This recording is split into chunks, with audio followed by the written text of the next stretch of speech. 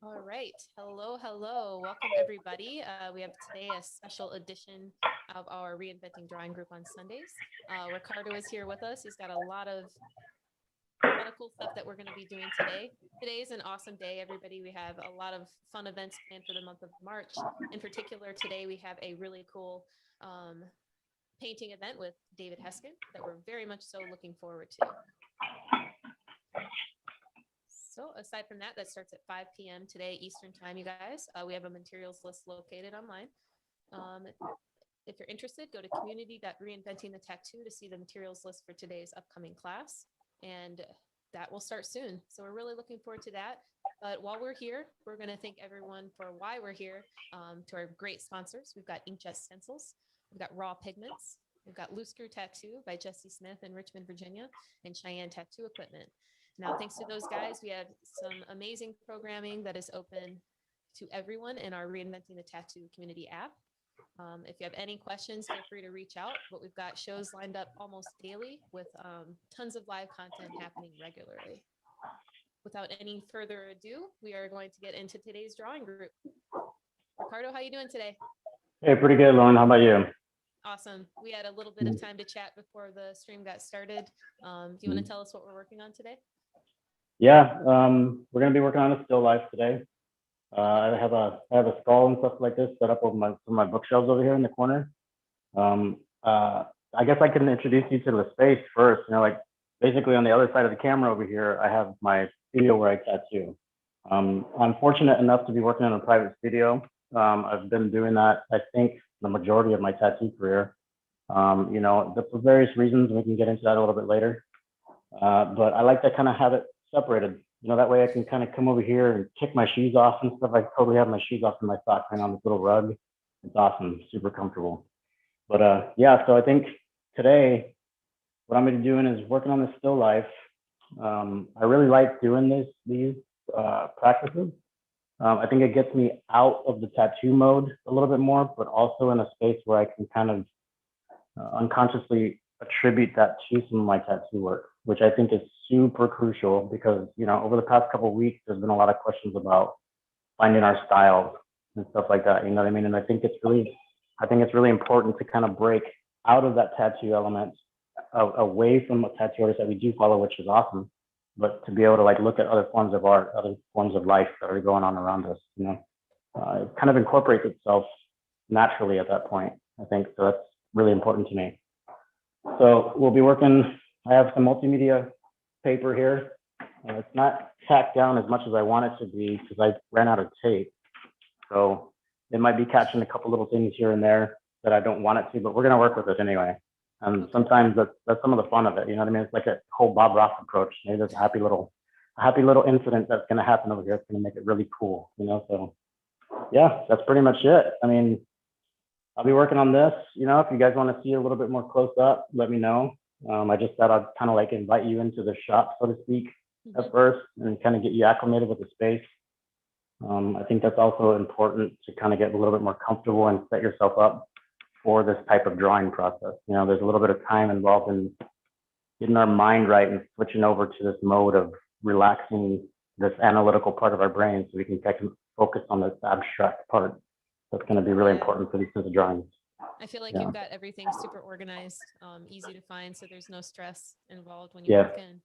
Yep, that's one of the things that I wanted to talk about too. Is like, thank you for noticing that, because I've always struggled with that, man. Like in the beginning of my career, shit was just everywhere. You know what I mean? And I find myself like frazzled, like, oh crap, where do I go now? What's happening now? Like, and then somebody's trying to talk to me, and I'm getting all testy because I can't focus on that at the same time. Yeah. And then it's just all around bad because then nobody's jiving at that point. You know what I mean? So we're just dealing with that anxious energy. Like, nah, I'm done with that. With me, it's more or less chords and video equipment and stuff like that. So it's just nice to have that. Do you have any cool organizational hacks that you found are great for your studio? Everything has to have a home, right? Everything has a home.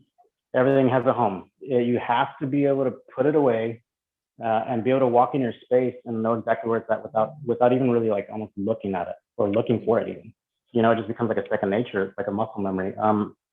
it takes a little while to do that. And I've reorganized my studio. I think this is the third time that I've done it. And I like it now, but that's okay. Cause that's part of like discovering what works the best for you. You know what I mean? And then if there's another person in your space and stuff like that, that's a whole other story. But yeah, I mean, I think, yeah, find your home, first of all. Find your home. Find your home. There's got to be supplies for drawing. I have a bunch of markers down here that you probably can't see. I got some books and stuff scattered like that are kind of like just decorated here. You know, I have oil paints and stuff. I have a bunch of brushes behind me, and then I have a whole another what is it, like the medical tray, the Mayo stand full of like oils and solvents and stuff like that. So it all has its own little station that I can put it away and then pull it out whenever I want to. Awesome. So, yeah. Do you find yourself there daily, or how often do you think you can get in the painting zone? You know, it's really cool. I've been talking with I've made a couple of really good friends here. Bruno Salvatierra, I think is how you pronounce his last name. Jason Leeser and Kirsten Franklin, and we've been like, it's been really cool, man, because like I think we're all on the same wavelength, and we've been like zooming almost every night and stuff like that, and talking to each other like daily and stuff. It's great. But yeah. So what was the question again? Geez, I don't even know. I guess we can move on to the next question. No, yeah. Well, I think yeah. Go ahead. I actually forgot. I'm just kind of super interested in what you're saying. If you paint daily. Yes, paint daily. Yes. I don't use oil and stuff like that daily, but sure. And I'll be honest with you, I want to get into that a little bit later about like breaking into these habits of things that, man, it breaks me.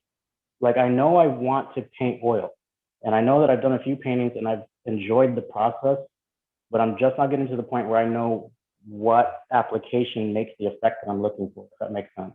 Okay. So I've always been avoidant of it because it's been kind of a stressor to a certain degree, like learning that portion of painting, which is the steps, right? To accomplish the overall image that you're trying to go for, the overall feel. And I think for me, a lot of the times what happens is I get so focused on how do I make this work that I lose the overall composition. I lose the overall feel of the painting. It gets lost to me, and I don't even want to look at it. You know what I mean?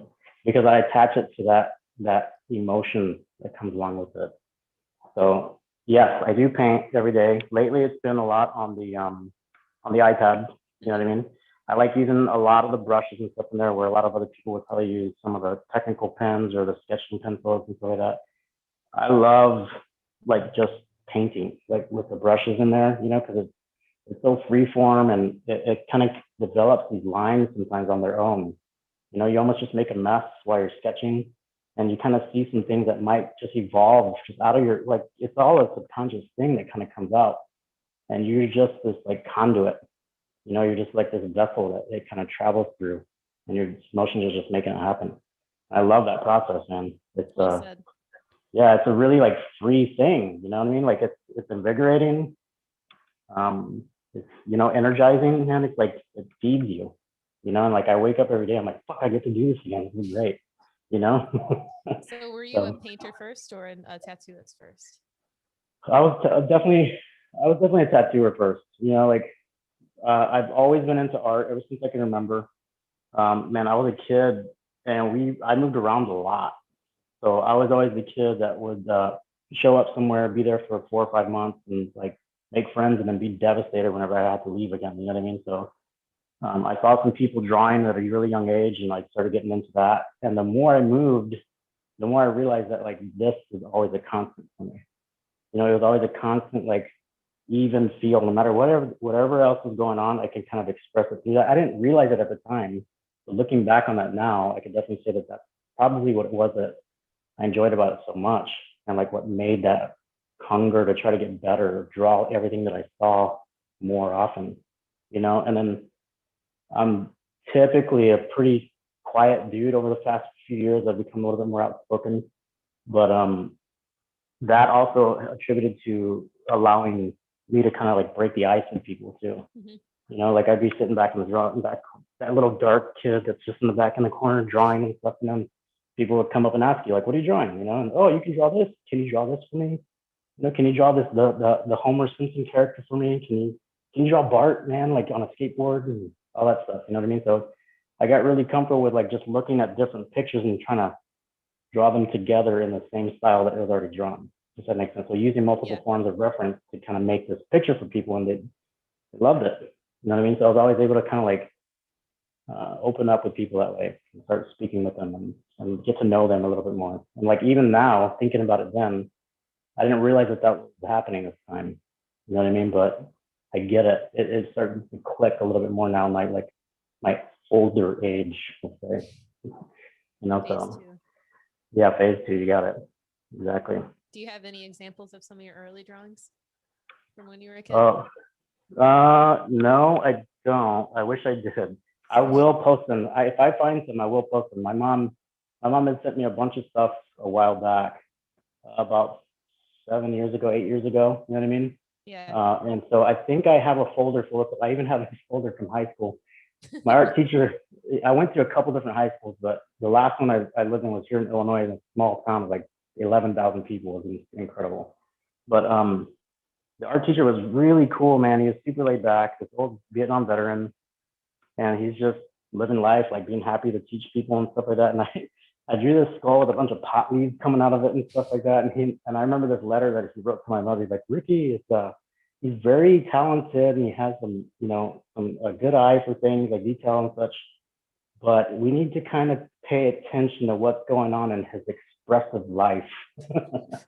So it's pretty funny, you know what I mean? So, but who knows, man? Maybe he smoked weed too, but he just couldn't allow it in the class at that time, you know? So, I mean, it it's not as mainstream, you know, that was I mean, even yeah, it 3 was a years long time ago. ago. It was a long time ago. I When I was graduated in in high school, it was 97. like that too. Okay. Yeah, yeah. So it was a little while ago, but that's So okay you though. graduated in Illinois and stayed in Illinois relatively close, or did you relocate? No, you know what? I moved. My original home state is Texas. I was born in Corpus Christi, Texas, and you know, I moved around. I think I started moving around the age of 8 or 9, and then we ever since then, so up until '93, from like 9 years old to '93, we traveled around everywhere. And then in '93, we landed in Illinois, in Clinton, in this town called Clinton, Illinois. And I actually like made a lot of friends. You know what I mean? And it was the first time in a while when my mother was like, "Okay, we're gonna be here for a while now." I rented this big house. It was the first time I stayed in like this 2-story house. It's the first time I stayed in a place that has a basement and stuff like that. It's weird. You know what I mean? Yeah. And it was so weird, like going to this small town and there's like the people that I hung out with. We all skateboarded. We all got into punk music. And of all places, this one little town in the middle of fucking Illinois. You know what I mean? Like before then, I'd lived in New York City. You know, I lived in Jamaica, Queens for a couple of years, dude. And I never got into like culture the way that I did when I came here. So, you know, and like as far as the cultural thing, like, you know, I'm Hispanic. I had a couple of my best friends were Filipino and like yeah, you know, Caucasian and fucking Korean and Italian and stuff, all in this one little town. It's nuts. So that kind of kept me here. I fell in love with that notion, the friend group, you know, like that family. Like, you know, you're always born into a family, but that doesn't necessarily mean that that's the family that fits you. And it's not a bad thing that I'm trying to say, like, you know, you don't like your family or anything like that. I think that as you get older, you just find the things that you reciprocate with better, or like you know, you feed into a little bit more and it feeds back to you in a positive way, you know? Yeah, that was pretty cool, man. Speaking of family, it's funny. I was speaking with Jason. I can't remember. Maybe it was early this week or last week about the community vibe and how it actually kind of does feel like a family of artists. And it's you and I were kind of talking about it quickly today. It's so welcoming, and it's great to be able to do these types of things together. I agree with you, and you know, it's awesome that Jason brought that up because we talk about the same thing. You know what I mean? Where it's like we're all getting together, and it's so crazy the timing, the way it worked out. You know what I mean? But yeah, like those dudes, Bruno and Jason and Kierman, which we talk almost daily, and it's great. Just about everything, art. We talk about philosophy all the time. You know what I mean?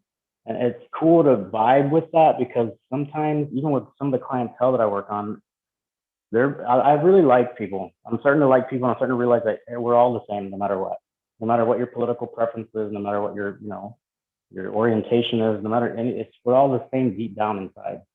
So like once you start realizing that, you're able to like kind of just listen to people and see that a little bit more thoroughly, you know.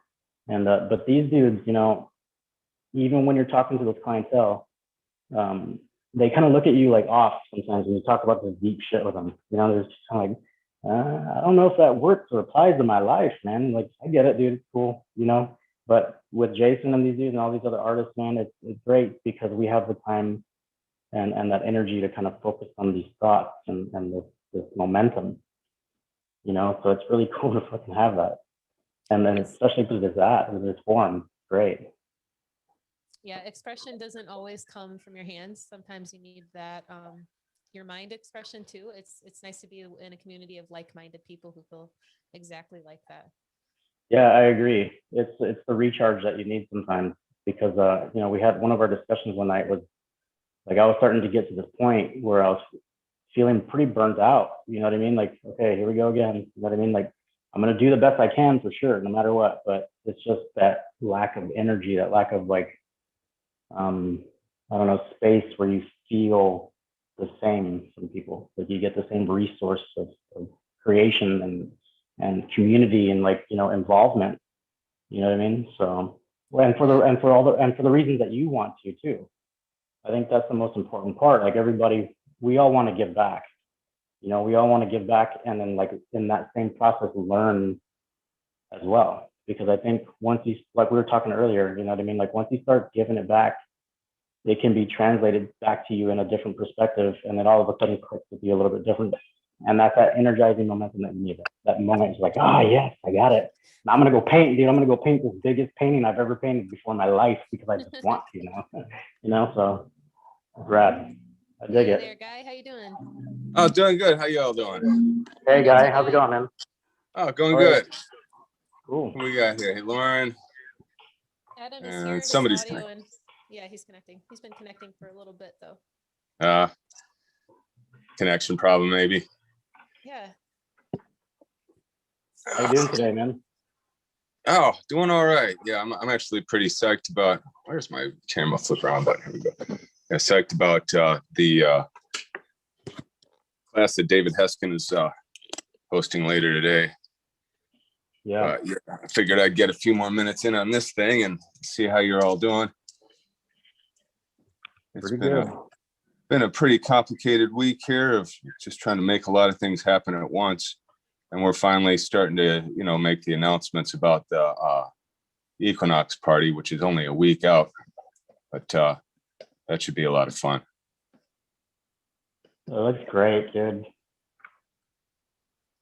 And what else is happening with everyone? Not too much.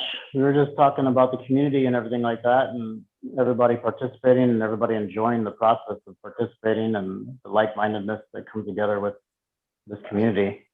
So we're kind of going off on a little rant there for a second about it. It was pretty fun. Nice. And yeah. And speaking of that picture you're working on now, man, I've gone through and I've changed mine, and I've stuck more with the direction that you wanted us to go with the like just trying to stick with the horse and the reflective materials and everything like that too. So I'm excited to show that off this Monday. Cool. Yeah, looking forward to seeing what you did with that. Yeah. Yeah, I've been any spare time I've had, I've been rewriting all the well, I've been focusing on part 2 of the curriculum. But you know, that's part 2 is really for me the hard part, because that's all the design stuff. And so almost done with making a full pass through all of that and kind of incorporating the exercises into it. And I've got this vision for it that's going to require a lot more work than I've put in so far, but it's been exciting. And so now I feel like the next thing that we should be doing after our color round is going to be about lighting. I think that's going to be our follow-up on this. And lighting is something that, you know, lots of tricks, right? So we could easily come up with, you know, 5 or 6 of those. Yeah, I've been learning a lot about that. I recently took an online oil painting class with Joseph Todorovich. That was like a 6-week process, I think. I think we had 6 classes every Friday night, and we were doing a portrait study with oil on wood panel. And the things that we were talking about in that class, especially was like that collective luminosity or that collective illumination, you know what I mean? The way it falls onto objects in a dimensional sense, like the way it travels, you know what I mean? And Collective that was, illumination. I've not heard yeah, that term. it was pretty fun. It was pretty fun. It's just like the idea of the way the light would change across, like, especially skin tones, you know, like the secondary light kind of coming into play where it might turn the skin a little bit more olive, or like some of those more reddish browns that you would see sometimes in certain complexions and everything. So it was pretty interesting. Yeah, I And I always think, like seeing like especially artists like Nico or Steve Butcher who you know, they're clearly putting a lot of close-up attention to the not just the color, but exactly how the color is hitting the sides of the faces and that sort of thing, and the kinds of shapes that those shadows and reflections make. And of right, course, with Steve's stuff, you can really see how he's kind of broken those shapes down and you know, produce them in a very intricate way. But you know, especially to my colorblind self, it's real interesting to see, like, you know, they're obviously picking it apart in ways that, I mean, I can see the colors, I just can't understand them the way that they can, you know. yeah, They're able to pick apart the color scheme of what they're seeing into its components. And yeah, that's something I'm always trying to figure out. yeah. And I could see how some of that would be a benefit though, because like you're able to, like what you're talking about with those shapes though, right? A lot of people would get caught up in the color itself and find that they're losing that rectangular shape, that oblong kind of oval or something like that, that's in the shape of a face, or like the transition from a chin to a neck, if you're looking at the straight on view of a person, you know. Right. So I And think, there might be a shape in there that's like a brownish reddish triangle, and if one corner of it you lift up or lower more than it is in the photo, it might change that person's expression, right? So yeah, yeah, it's definitely trickier. yeah, I tell you that what though, was one. I do love playing around with metal and reflections though, because it gives you all this freedom. Like, you know, I'm not trying to maintain a facial expression here, or, you know, try to look like anybody in particular. But, you know, for instance, how this yellow line is coming down the back, we know there's a flame here that would be reflecting off of it. And we know that the line is going to follow the contours of the horse. But beyond that, you've got some freedom. You can get expressive with it. You can kind of, you know, give that movement a hook here and there. Where when you're working on a face, it's really all about trying to nail it, figure out exactly what shapes are being produced by you know, the light reflections and shadows, reproducing those shapes. Yeah, it's definitely one of the things that I've been working on is what do I want to use in the background to kind of help with that reflection that you're talking about. And it's been tricky. It's definitely a tricky one this week, man. You definitely got it challenging for sure. But the fire with that one is looking killer.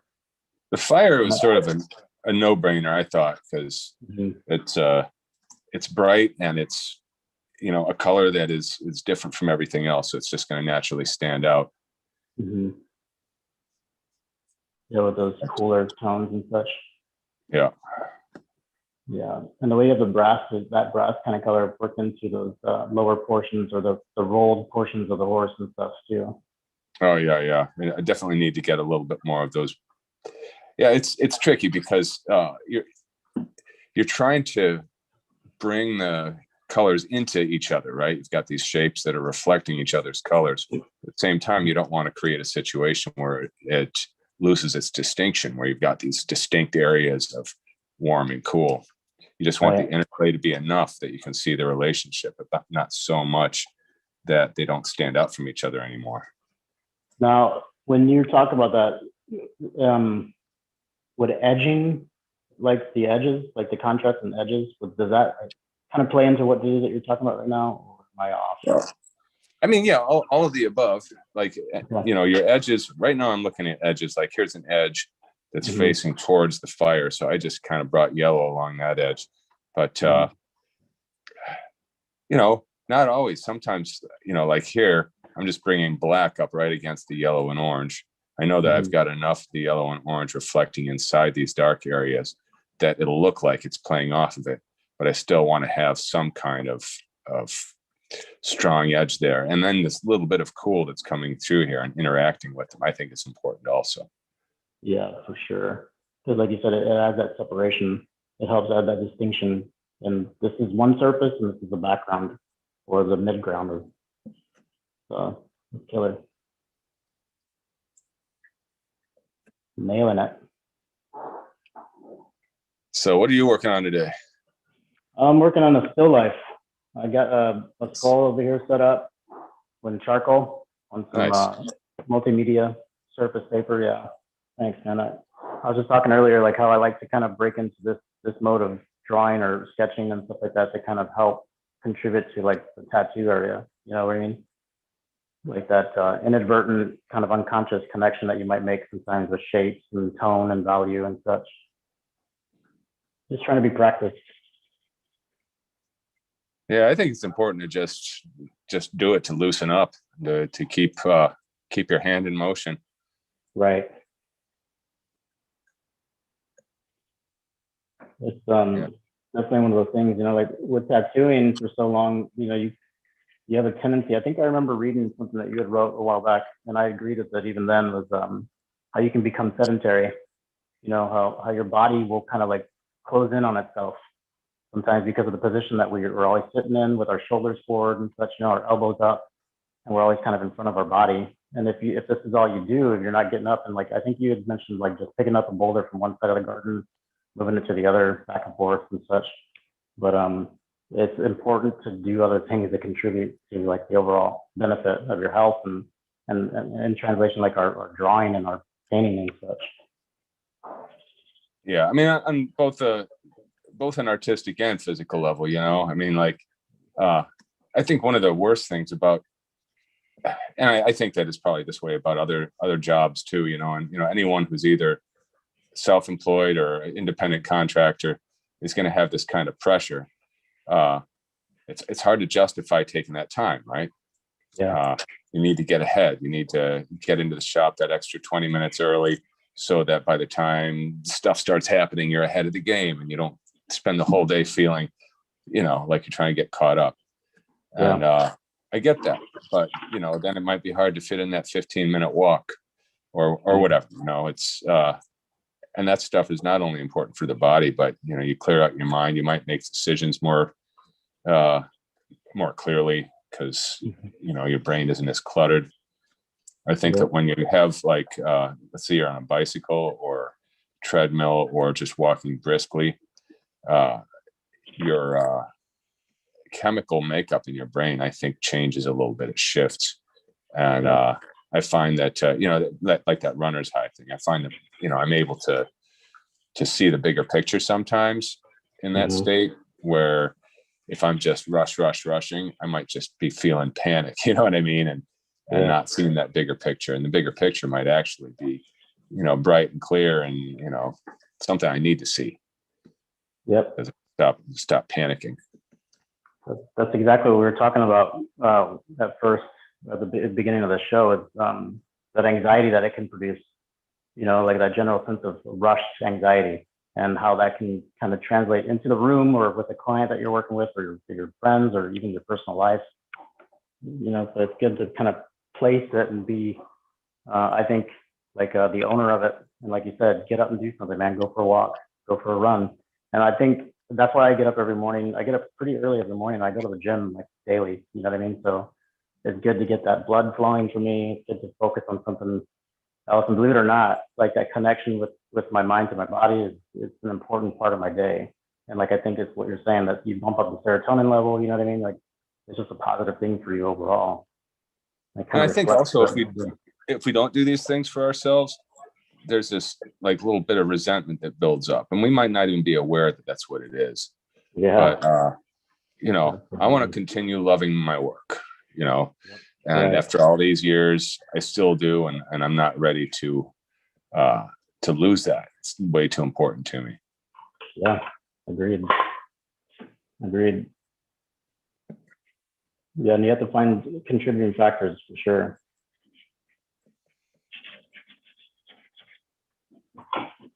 We were talking earlier too, Guy, about like oil painting and such, and Lauren had asked me how often I oil paint.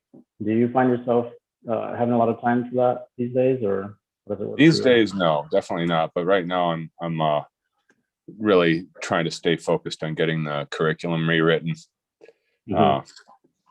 And, you know, progress has been really good on that. Sandy and I have been working on it nonstop. And so this is the time I would normally be painting, you know, those late hours when people are asleep, and I'll get back to it. I've got a couple things going, got some stuff on the easel right now. Got a couple collaborations I want to finish up. I've got a thing I built a model for last year that I need to finish the digital part of the model before I can, you know, project it and get that laid out. But yeah, right now hasn't really been a time for that. I'm going to do some painting today because of David and his class, and I'm going to be doing something next week on the equinox. So at bare minimum, we've got these events that cause me to paint. Right. Which is a good thing. It's good to have that community kind of like pushing you into it sometimes, right? And sitting down and going, okay, I'm going to dedicate this time just for that. Yeah. Yeah. And I also think that being tattooers and independent contractor, business people, etc., we often think in terms of, okay, I'm going to spend some time doing something. What's it for? Is this going to be for a t-shirt? If I'm going to put all this effort into this drawing, what am I going to use it for? It's not for a tattoo. And, you know, I don't want to say that's a bad habit. It's probably, you know, from a business standpoint, not a bad habit at all. Or at least think about that stuff. But at the same time, it sometimes, you know, it's going to eliminate that very important doing something because you feel like it. You think it would make a cool painting, so you're going to do it. Or, you know, you just had this vision and you want to try it. Right. I think that's cool, man. Because I'll be honest with you, there's times that I'm like, man, I should really make a t-shirt, and it'll keep me up at night sometimes, you know? So if you're already creating something, then why not apply it for both purposes? Then I think that's a good way to strategize it as far as your business goes, for sure. Well, I mean, if you're cranking out great drawings every day because you happen to be blessed with the time for it, then you can easily say, well, I'm going to come up with a t-shirt idea and I'm going to do 5 drafts for it. And, you know, but if you're squeezing in your drawing time in between family and business and tattoo drawings, then when you do get a chance to do something that's just really for your own enjoyment and it comes out killer, then that's when you say, all right, this is going to be the new shop sticker or whatever. Right.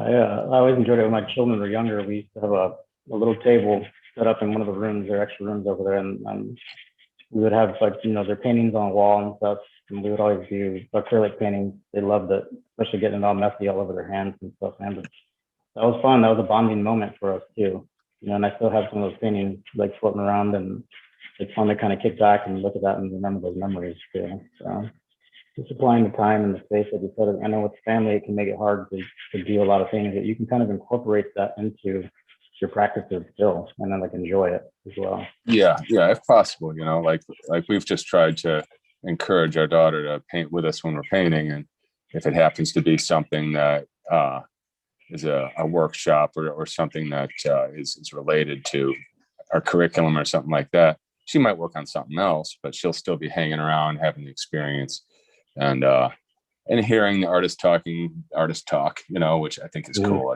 It's I'm kind of jealous that she gets to grow up with that. Right. Isn't it wild, man? Like being on the other side of that wave, you know, where like as far as our kids go and stuff like that, like our experience as children, and then like wondering what it's like from behind their eyeballs sometimes, you know? Oh man, I have to continually remind myself that it's not what I'm seeing, you know? Yeah. And yeah, it's we're so on the same page about certain things, but other things not so much. And especially as she enters the teenage years, the teens are so difficult. My goodness. Oh, dear. Yeah. Welcome, guy. Welcome. My daughter's 21. She'll be turning 21 tomorrow, actually. So we definitely had our moments, man. That's for sure. You know what I mean? She started to learn to tattoo even, and then she decided that she wanted to go a different route, and that was definitely an eye-opening experience for me to kind of step back and realize that I don't want to push what I like, what I love onto her. And maybe at some point it might be something that she comes back to, you know? Yeah. and she'll probably value it more if it's something she comes back to on her own at her own pace. But it's still got to be tough. Yeah. Yeah. Right now, Kaya is not showing much interest in tattooing, and that's fine. You know, she may end up getting her first tattoo at some point and being like, aha, you know, and she's already like done a little tattooing on her grandpa, but Wow. you know, she had to get to a point where she could do a marker drawing without getting any marker on her hands. You know? Yep. But yeah, I think right now she's more interested in publishing, you know, writing books, Wow. possibly doing field guides or something like that. We'll see, right? This is for her to find. We're just trying to make sure that she's got the tools. And if she wants something expensive like a new lens for a camera, I meet her in the middle. But she's able to make her own money at this point. She does dog and cat portraits for people, and Very awesome. yeah. So she's, you know, she's gonna figure it out. She's definitely gonna figure it out. I think one thing she definitely does know already, though, is that she's not one of those people who's going to do well in a cube farm, and so she's going to need to figure out a creative career that's going to work for her. Yep. And that's the thing with my daughter, man. I can see that in her. I know that that's in her, where she's like, yeah, this isn't going to work for you. You're not going to be comfortable. You're not going to enjoy it. You know what I mean? I know that about you already.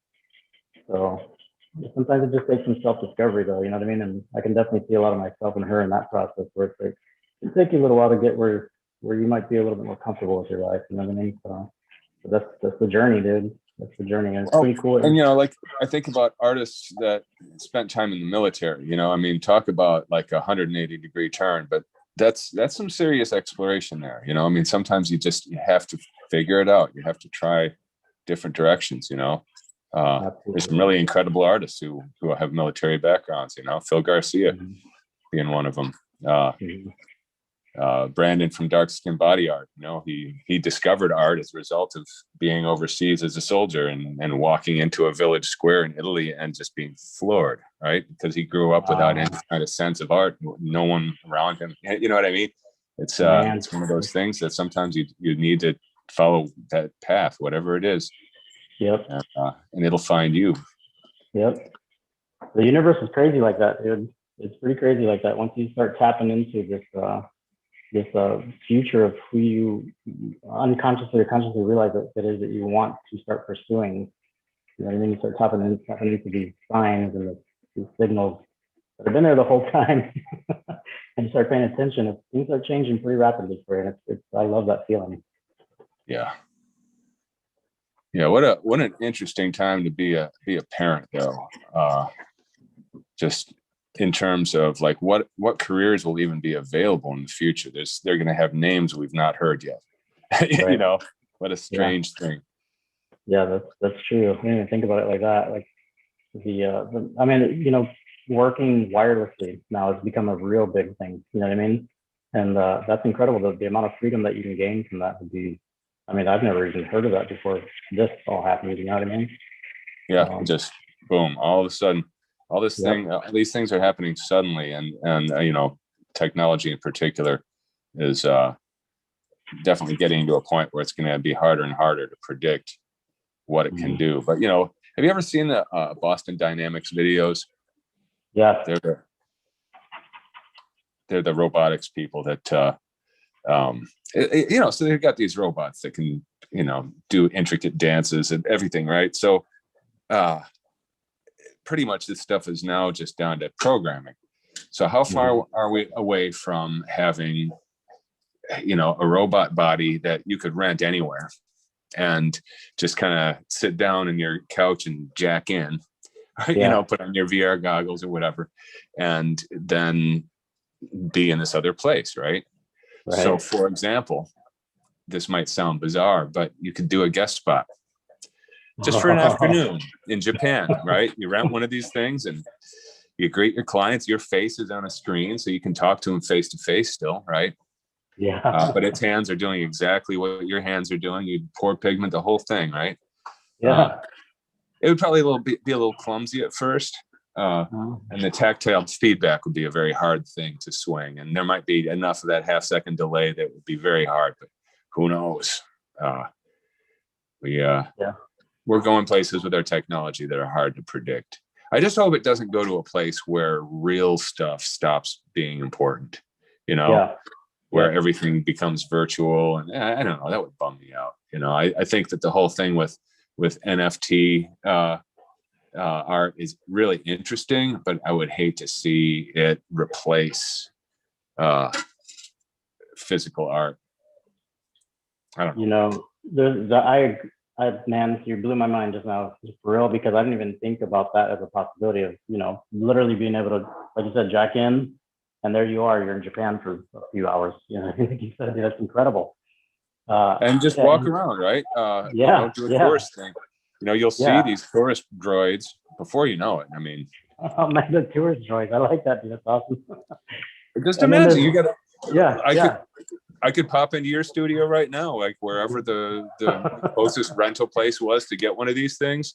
Something like an Uber would drop it off at your door, and then I would just jack in and walk in and be like, "Hey, man, this is really cool. Like your art here. Wow!" Clang, clang, clang. I can already think of all the different skins and such, like the different models of robots that you could have too. You know what I mean? C-3POs and Benders and stuff like that. You know. Oh, can you imagine? You know, I mean, they'd be clunky at first, but after a while, they would, you know, become a fashion statement. You'd want to rent the cool one that fit your personality. Exactly. That'd be funny. You know, and then you'd end up showing up in like a non-man driven Uber and stuff too. So do we have somebody else on here who's muted? Adam is muted. I'm not sure if he's connecting or what. He has been actually trying to for about half an hour. Huh. Bad Wi-Fi. Yeah, that used to be me. Yeah. I'm so fortunate to have functional Wi-Fi. All right. Nice. So now I am, I'm almost done with my drawing. I'm going to back up though, look at it from a distance. Jason's here. What? Ding dong. Ding dong. I'm not working on art right now, but I'm actually working on some drawdowns to send Jake. Nice. So I'm just labeling them. I have a bunch of different colors here. It's kind of neat. It's kind of hard to tell, but. Huh. Yeah. Now, when you say drawdowns, what are you getting at here?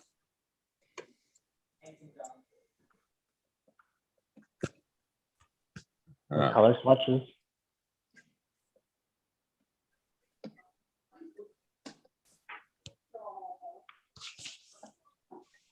Hey everyone. What's up, dude? How are you? How's it going, guys? Just wanted to good. stop in, check in, see how everyone was doing. Oh God, that's amazing. You traveling right now? I'm at a wedding. Oh, that's we just right, got that's done the right, you told me. ceremony, starting the reception in just a few minutes. So, yeah. Is everyone social distancing and everything, or is it feeling more normal? It's starting to feel more normal. A lot of people have been vaccinated already, so you know it's not really too big of an issue. But cool. Yeah. I'm just trying to finalize my metallic drawing here, which I think I'm pretty close.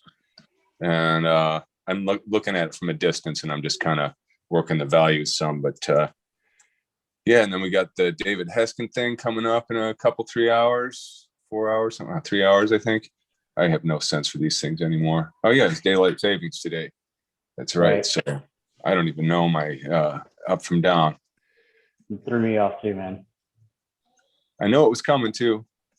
Mm-hmm. I don't know why it's such a shock. How you feeling, Jason? Been a good day. Yeah. We'll leave it at that. Was there a lot of clinks on the glasses, everything like that? Lots of drinking? Well, I mean, we started drinking bourbon before the ceremony even started. So, yeah, I think you warned us ahead of time that this would be the case. You'd be dropping by, but you would be in a little bit different shape than usual. And right on. Yeah, I'm enjoying the day. Just kind of taking the day, relaxing, just enjoying life, you know? Beautiful. That's what it's all about, man. Some social duplication. Right? Oh yeah. Oh yeah. Yeah. Wonderful. Yeah, just wanted to stop in, say hi to everyone, and you know, see how things were going. So yeah, we're cruising here. Miss you, but you're here. So thanks for dropping in. Anytime. I'm gonna take off in just a second, but yeah, I'll probably catch up with everyone a little bit later tonight, but I'm probably gonna be a little bit more coherent. Right on. Well, hey, if you can join us to paint, that'd be awesome. I think that David's thing should be pretty cool. He's got some techniques that I don't use, so I'm looking forward to it. Excellent. I'll definitely have to tune in for that. Right on. If you know you're at a wedding and you're drinking, so enjoy your afternoon. Will do. But yeah, if you're bored later, it should be cool. Yeah, for sure. Sounds great. Have a good one. Right on, Will man. do, guys. Take care. Tell the lucky people congratulations. Will do. Right. Thank you very much. Good luck. Thanks, man. Yep. Just around, maybe in particular, like my friend Mike Diaz in Texas. What do you guys think about your attire while tattooing? I'm just curious, and how your client perceives who you are, maybe for the first time, or wearing a nice shirt versus being comfortable versus. I'm just curious to hear what you think about that. Oh yeah. Well, I mean, I definitely do. When I have a first-time client, I definitely make a point of being out there a little earlier and I try never to look like a slob when I'm tattooing, but with first-time clients, I definitely feel like I have to not reek and just those little things. Brush your teeth. Yep, watch the garlic. But go ahead.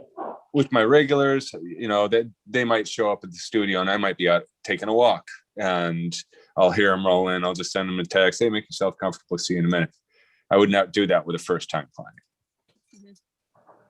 And my regulars, sometimes I will put them to work. Say, hey, can you help me install this sink?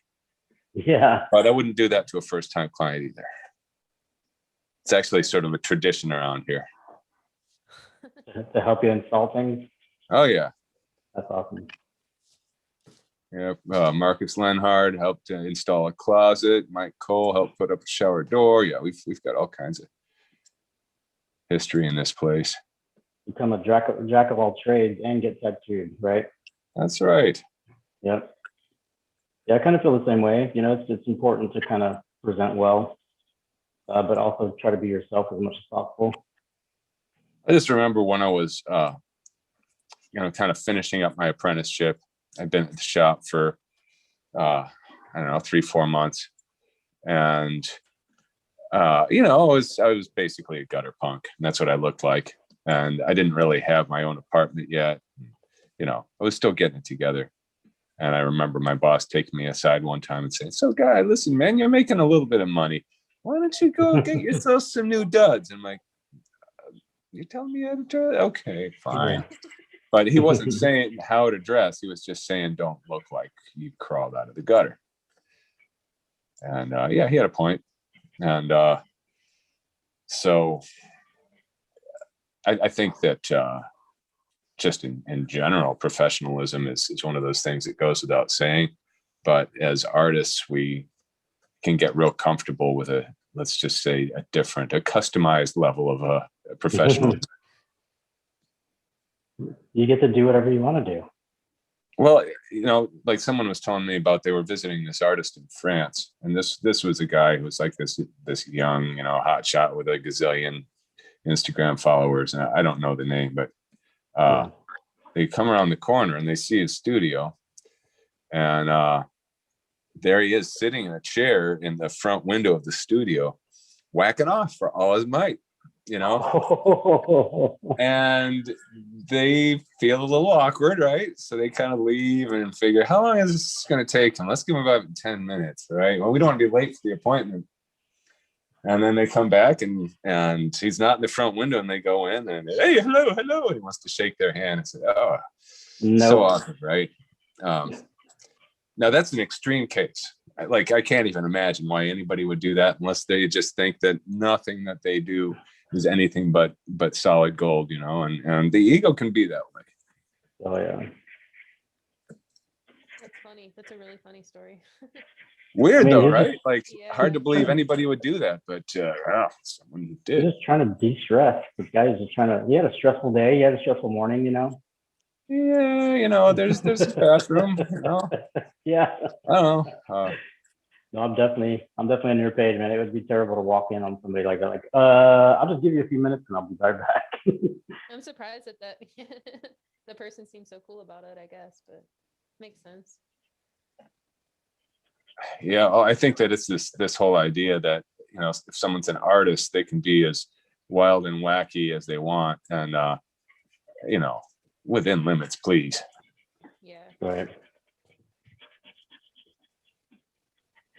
Shaking the hands though, that was could you, maybe they should have just gone around the corner to the local drugstore and picked up some, you know, hand sanitizer for when they do go inside the space. Right. Yeah. Here, buddy, I got Figuring that. some more. Yeah, I got some more stuff for you here.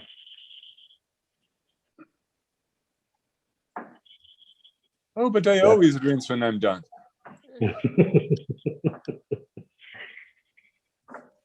Anybody want a cigarette? All right. Yeah. I think I might actually be pretty close to done with this. At which point I'm going to run off and go gesso some panels for later today. Killer. You know, earlier we were talking to Guy about having everything organized, like as far as painting station, drawing station. You know, like I'm sure you have a setup for you know what you're doing, like streaming and stuff like that right now. And then we're also talking about that level of anxiety that being unorganized or distractions can cost you. You know, how do you set up? Like, do you have separate stations for everything? Well, okay, so I kind of custom set up depending on the project. If it's just an ordinary sized painting, I've got an easel with a table next to it that I can easily clamp this thing onto and live stream from. I've got easy to access power and all that stuff.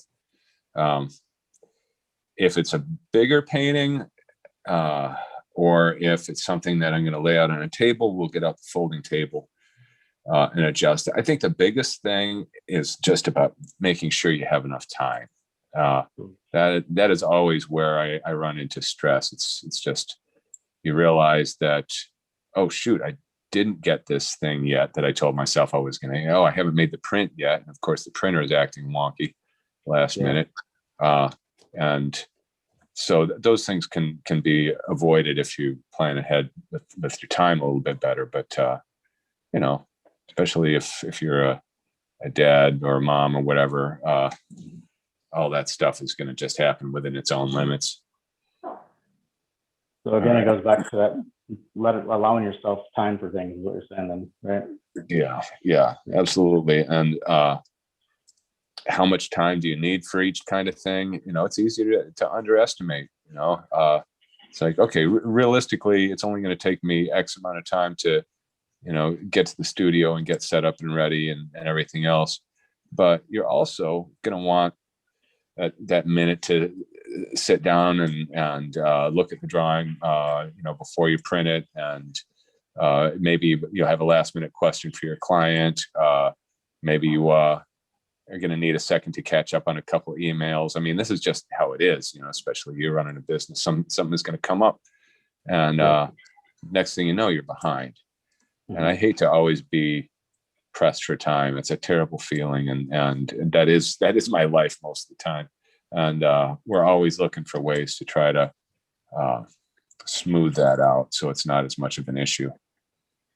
Cool. Getting at the door on time or starting events in time, making sure that if we do have an event or something we're participating in, what are the things that we're going to need to have, have all our ducks in a row, like the French chefs say, you want everything to be en place, however you pronounce that. You want to have everything laid out ready for you.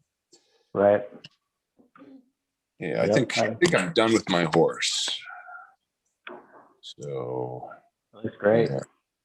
Yeah, it's I didn't get much fancier with it. Mostly I've been kind of working this area, just kind of buffing out the colors and figuring out the reflections. And I wanted him to kind of emerge from the shadows and from the fire, not just all be equally bold all the way across, but to have this area be the boldest. Mm-hmm. And I think if I were going to be tattooing this, I might spend a little bit more time on the space around the legs. In fact, I probably should do that just for good practice, make sure that there's enough space so that they read clearly. It's cool that you say for good practice, man, because it's just a study for yourself, but at the same time, you're training your eye and your brain to remember these details that will kind of affect the whole piece. Yeah, and you should feel unsatisfied when you're looking at something and it's not up to the standard that you've set for yourself. And it's easy to say, yeah, it needs this, this, and this, put it away and just do that in the back of your mind. But what just happened? I just dropped my pencil. Sorry about that. It sounded louder than what it was. Out of the corner of my eye, it looked like a bird flew across and whacked you in the side of the head and something fell off your shoulder. That was the corner of my eye playing tricks on me. Yeah. Oh man, that would have been funny. I have been on a motorcycle and almost got hit by a bird one time. That was incredible. I was on a kayak once where it was like evening and I guess there were a lot of mosquitoes and these birds started swooping down and it was actually terrifying. I had to cover, get down low and cover, and I could feel them going, I could feel the wind. And I just didn't want to have my eyeball impaled by a bird. I figured that would be a really bad thing. That would have been a bummer for everybody, man, especially you. But on a motorcycle, like motorcycle speed into a bird, yeah, that would be terrifying. Dude, I never realized that my voice could reach that high of an octave. You know what I mean? So. Oh man, those unplanned sound escapes, those are the best. I had a client fall down the stairs once, this really skinny Japanese guy, and we didn't have central air in our studio yet. We just had a window unit in the downstairs area. So upstairs, which is just where we keep the t-shirts and stuff, was like an oven.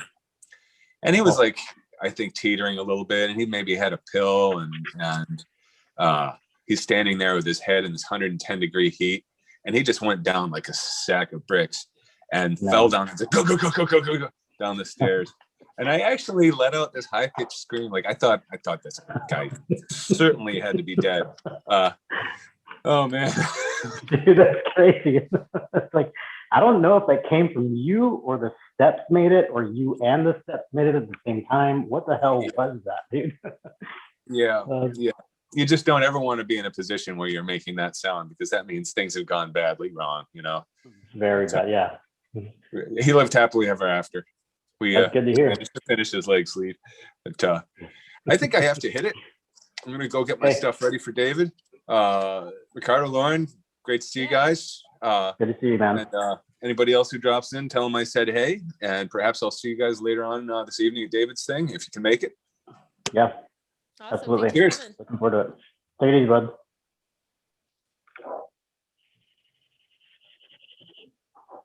Very cool dude. Oh yeah. Yeah. He always has a story, and it comes out of nowhere. But just in the amount I've spoken to him, there's always a really super unique story. Yep.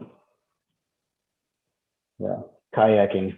I've actually gone kayaking, speaking of stories, and my ex got so pissed at me because I'd never done it before, and man, I just kept toppling over the whole time. I mean, the water was really shallow. Like I wasn't dry at any period of that trip at all, and it sucked. And I actually had a crawdad in like my lower jeans. It wasn't in my jeans, but it was like down at the bottom. And then I got out to the shore, I felt something on my leg and shook it out, and this little fucking crawdad came out. Dude, it was scary. All remember going kayaking and finding a copperhead in my kayak. What? Man, No. I was so scared. I'll never forget that moment. Oh my God. No, thank you. Yeah. No thanks, man. Yeah, those things like snakes in water, when you're in the water and you see them, the way they move so fast on the top surface of it, it freaks me the So hell the out. mountains of Virginia is where I came from. So like that Blue Ridge Mountain area in Virginia, but the west side of the state has some Mhm. scary snakes. Yeah, I bet. We have those recluse spiders here that you got to watch out for. That could be like in your shoes in your home. You know what I mean? Yeah. But Right. it's so weird. It's so weird. I remember my daughter was really young and she asked me, she said, she had learned in school that day about poisonous things like spiders and how they're, you know, indigenous to our area and everything. She said, are there really spiders that can kill us here? And I was like, do I tell her no or do I just tell her the truth? I told her the truth and she got so upset. And then I was like, but it's okay. We just have to take these precautions. You know what I mean? I mean, yeah, they've closed down the Lawrence University here in Appleton. Okay. They've closed it down for infestations of those before. Really? Like in this part of the Midwest, yeah, that's a real threat. But luckily we Wow. don't have snakes here and we don't have, I mean, we do, but not like the South, you know, in Texas and stuff. Yep. We're lucky that we're cold so often that we don't have a lot of the critters that are Yep. scary like that or whatever.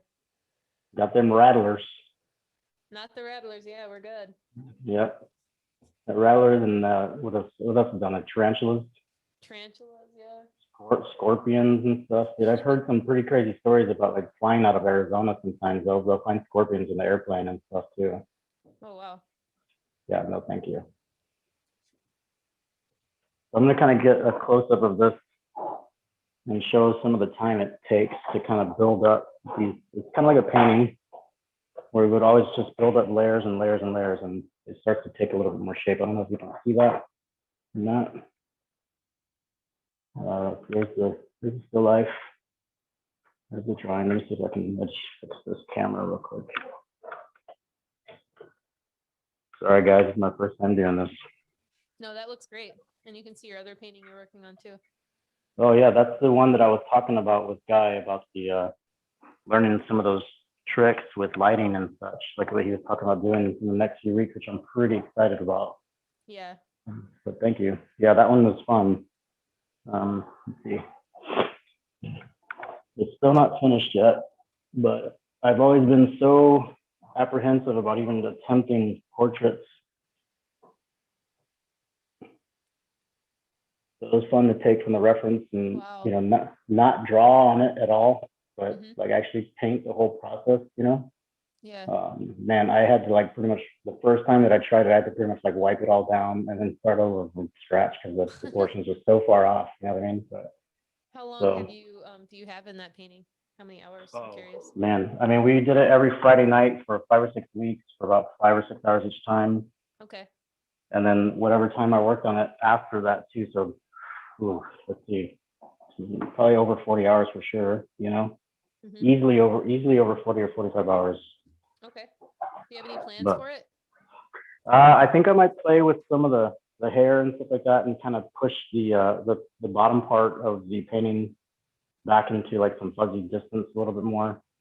And other than that, I might just hold on to it. And I mean, unless somebody saw it and they fell in love with it and they wanted it, that'd be a different story. But I might just hold on to it since it's like the first thing that I've ever done, especially on wood panel too. You know. That's awesome. It looks But really I nice think, so far. thank you, I appreciate that. It was cool too, like, you know, from coming from the tattoo artist background, you're a lot of times when you do things like that, you're trying to nail as much of the authenticity as you can, like as much of the image down as you can, like make it look like the photo, especially when you're trying to show it side by side, you know. But Yeah. with the painting, it was fun talking about the idea of trying to get the proportions as close as you can, but at the same time, you know, be a little bit more storytelling about it, like let yourself kind of come through in it a little bit more too. I like the way So you say that, be more storytelling. right, right. You know, and it's because you have to be able to look at something and it invokes like this idea for you, you know. How do you feel like the canvas, I guess the canvas of someone's skin and someone's arm or back or whatever compares to like the time you can put into a canvas like what you're working on now, or like the painting back there, where you feel I like you think, have endless amounts of time versus like, I have 2 sessions or 3 sessions. right. Well, with the reality of tattooing, there's always one of the first things, the realistic thing is it's like the budget. So a lot of the times, if there's an image that you're really wanting to kind of turn into a tattoo, I have a lot of people that are willing to do my drawings, are willing to get my ideas of what would make a good tattoo, and I would be able to kind of be flexible in that area. So that works out pretty well, but that's not always the case. You know what I mean? So a lot of times the Yeah. budget is a constricting factor. Like, whereas this, I can spend as much of my free time on this as I want to, and to me, it's not work. It's still just learning, so it's worth it to me. I see. And then also, then you think about like the pain too. You randomly get these guys that will just sit for hours on end and never even flinch. It's crazy. I don't know how they do it, but this doesn't move. You know what I mean? This doesn't get uncomfortable. This doesn't stop allowing you to work on it at any point. It doesn't get hungry. It doesn't want to like get up and move around, which is some of the realities that come along with doing tattoos on people. So there's a big difference. And then the whole medium part of it too, like there's a process of tattooing that is a little bit different than drawing or painting. You know what I mean? Yeah. As far as the technique and things like that go, I think there's a big difference there too. So yeah.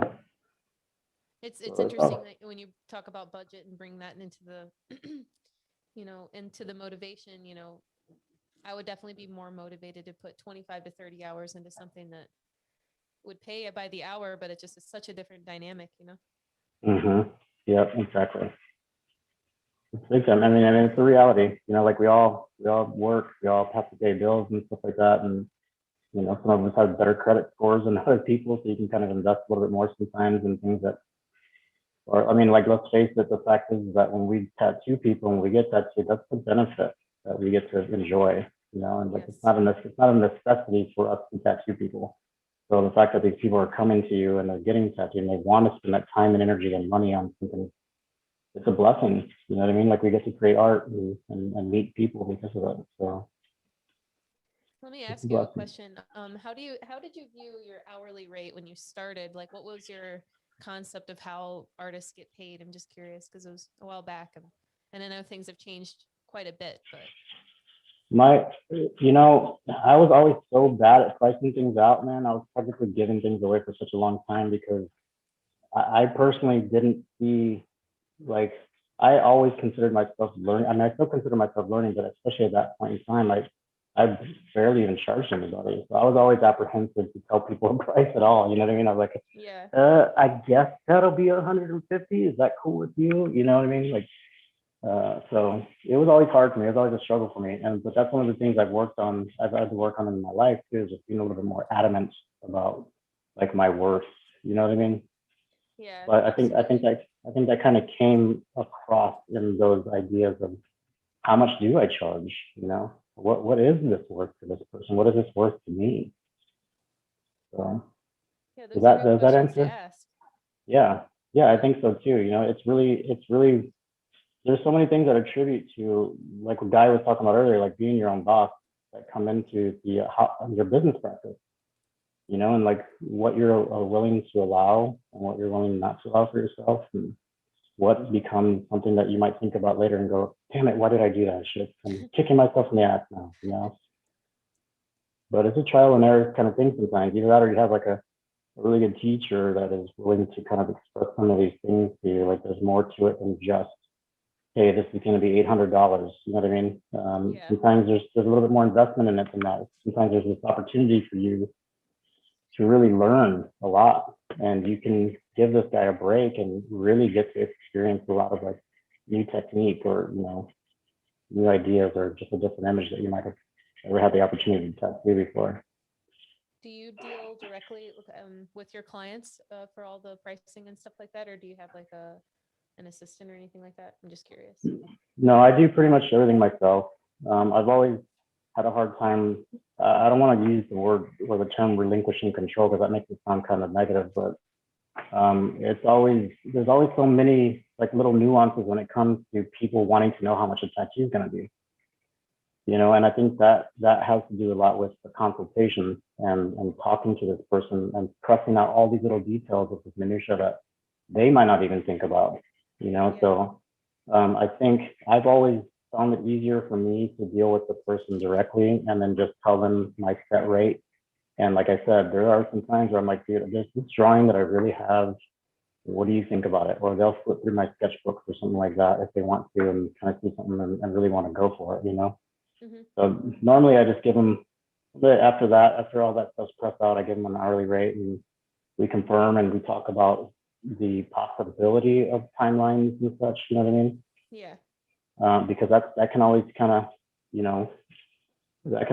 change at the moment too. Like some people come in, they get tattooed, they can sit for 5 or 6 hours, and then the next session they come in 2 weeks later, a month later, and they're not feeling it. Like things have been stressing them out, or their bodies just isn't equipped for it that day. And you sit for 2 hours, and they're like, dude, I'm done. I can't do anymore. Like I'm really trying, but I can't get in that space. So that changes things up too. And that's some things that you can't really determine until you're on the spot. So it's easier for me to be able to kind of control the scheduling and the pricing and everything that way. Yeah. That's one of the things that I've been talking about with Jason and Kirsten and Bruno was like consultations. Because I know a little while back, Gabe had asked me a few questions, and it took me a while to get this like outline to them. It's a real general one right now, but there's a lot of things that are involved that people don't talk about, because I think we were talking about pricing to begin with, and like making the budget a realistic term for them. I wish there was something a little bit more constant, because I found myself frustrated with, I remember several years ago, there was this artist that wasn't really at a very level that I thought was deserving at all, and was charging $300 an hour. And I was like trying to figure out, like, that's, something you'd expect maybe from like a Carl Grace or someone. It's just hard to value, how some people can get away with charging a certain amount. I mean, time and place is a big thing. Obviously supply and demand is a big thing, but I wish there was a little bit more constant criteria. I agree. There's like, I think what I've heard about this is just through hearsay, but like the samurai, you know what I mean? Like samurai warriors at one time, they wore these flags on their backs whenever they were going to battle. And the color of the flag, or the symbols on the flag, would represent their novice, like their level of experience. And if you were above these guys that had these certain flags or these certain colors, you can't fight them, because of course you're going to beat the shit out of them. You know what I mean? Yeah. So you accept the challenge of that too. It's like, I'm going to find somebody that's above me or at the same level as me, because that was kind of one of those unspoken rules, I think, or I'm not sure how it worked, but that's a pretty awesome metaphor to kind of use in your life. And I think it kind of relates to what you're saying, because I agree with you. Because there's some people that I've seen some of their work, and it's like, wait, okay, so how much are you charging? Oh, all right, I see your plan. I'm not going to say anything to you about it, but you do you, man. I get it. Yeah, because I mean, like it or not, most people, they have no idea about how things like this work. So if they go to someone who's at a certain level, and it creates that falsehood amongst people of not really knowing why it's valued, and it leads to a lot of misunderstanding from clients when they do go price shopping. Mm-hmm. Yeah, the price shopping thing is always one of those things for me too. It's like, I'm in a college town, like where my old shop was. I was in the middle of a neighborhood. It was awesome. This old train depot that I turned into like a studio and some other things there. Like I was building a house inside of it and such. But anyway, that fell through for other reasons. And then, now here where I'm at, it's a busier street. I'm still upstairs from a restaurant. So it's like, I don't really like to have a whole lot of signage outside, so it's very minimal. You get the people in here, they come in every once in a while, and they'll, how much for this design? It's like a little, I'll give you what is that app called, Pinterest? Everybody has the Pinterest tattoo that they want. I think lately it's been this little red dragon for some reason. I don't know what that's about, but they all want the same thing, and they're just looking for the right price. And one of the questions I'll politely ask them right away is like, have you heard of me? Like, where did you see my work? Like, have you looked at my portfolio or anything? Like, it's kind of one of those things like where I don't try to get on to them about it. I just want to give them a little bit more of an idea. Like, there's other things attributing besides just the price. You know, like, are you jiving well with, or do you jive well with a tattoo artist? Do you jive well with the environment? You know, are you guys getting along enough to be able to discuss ideas that can change, given the fact that that tattoo might be too small for all the line work, or, you know what I mean? Like, is this person going to be responsible enough to tell you this tattoo isn't going to work on you in this area?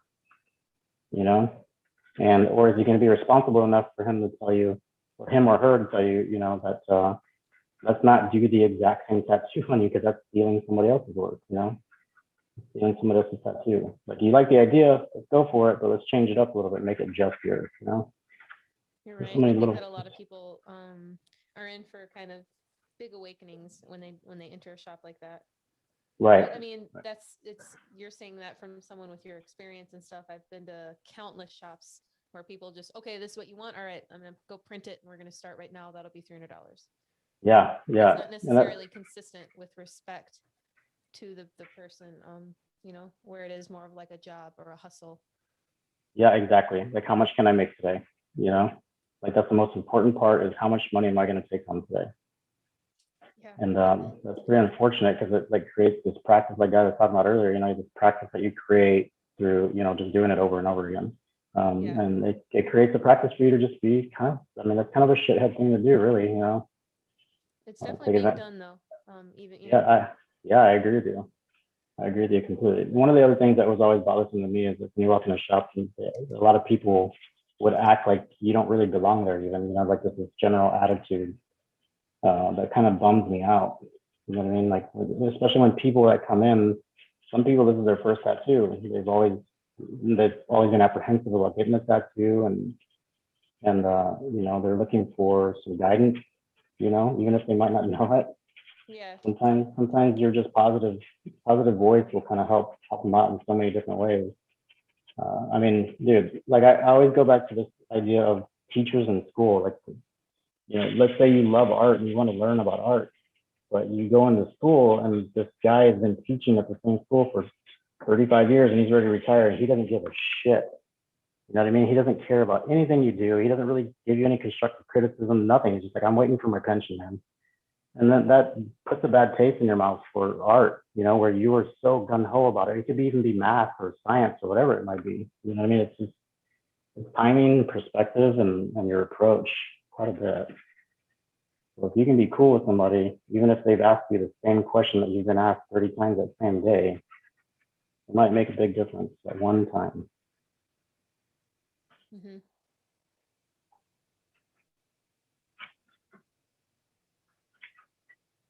Yeah. So how's the weather up there today? I'm not sure. I haven't really been outside too much. I'm gonna take my daughter to a birthday party and kind of find out in a little while here. That's awesome. But yeah, it's probably I'm guessing in the low 50s. Okay, not too bad. Sun's out and everything. Hmm. Yeah, I'm definitely gonna go outside here in a little bit too. I just pretty much drove from my house. Earlier, you asked me how, like, I think you asked me something about, oh, you asked me how often I paint, and I thought at first you had asked me how often I could shop, but I was gonna tell you I'm pretty much here at the shop almost every day, and like, I love it. That's awesome. Yeah, like, I don't even have a TV at my house anymore. I have one here, but so yeah, man. This is pretty fun. I'm digging how it's going so far. It's all pretty much the same layer, except for a few little spaces that are left off the paper. And some of these like brighter and more intense highlights, I'm gonna go through and use my gum eraser and kind of let that paper kind of start to show back through. But I like to try to get, if I'm working on tone paper, a lot of times I'll go in and use the white highlights to kind of frame everything out a little bit faster.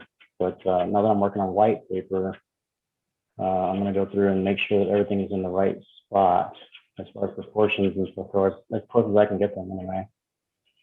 And then kind of go through and start working on some of the highlights, and then tie in some sharper, more end focused points, and probably call it a day after that, because it'll be pretty loose, and I like where it's a little loose right now.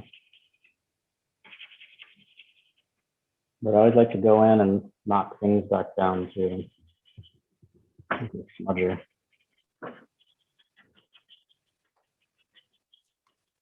I always kind of wonder how some people do these. You know what I mean? Like I always like to watch the YouTube videos, and it's always fun to talk to artists and ask them what their approach might be to some of these tonal value things. You know? Mhm. It's a great opportunity to, have a lot of content to look through with Yeah. these drawing groups and stuff. Yep. Man, it's been fun. Like I remember the first couple that I dropped in with Jason, I was just new to the forum and stuff like that. You know what I mean? And like the fucking organic nature of it just like fit right in. It was so fun. We're a little quiet today, but usually we'll get some other people in here to chime in with a little bit more projects and things like that. Yeah, for sure.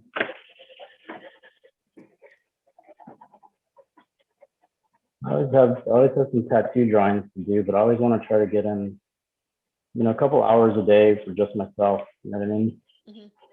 I think at this point, for me tattooing, I'm fortunate enough to maintain a fairly busy schedule, consistent schedule and stuff. So it's nice to be able to. You're talking about like how would I approach the business part of charging people and everything, but also with my time management and what I decide when I decide to work and how long I decide to work on the tattoos for. Always trying to remember to make time for this kind of stuff. So right now I work about 3 to 4 days a week, but I've been a lot busier, so I've been working like close to 6 lately. But I like to try to keep it at 3 or 4 days a week so I can just wash my clothes even, Yeah.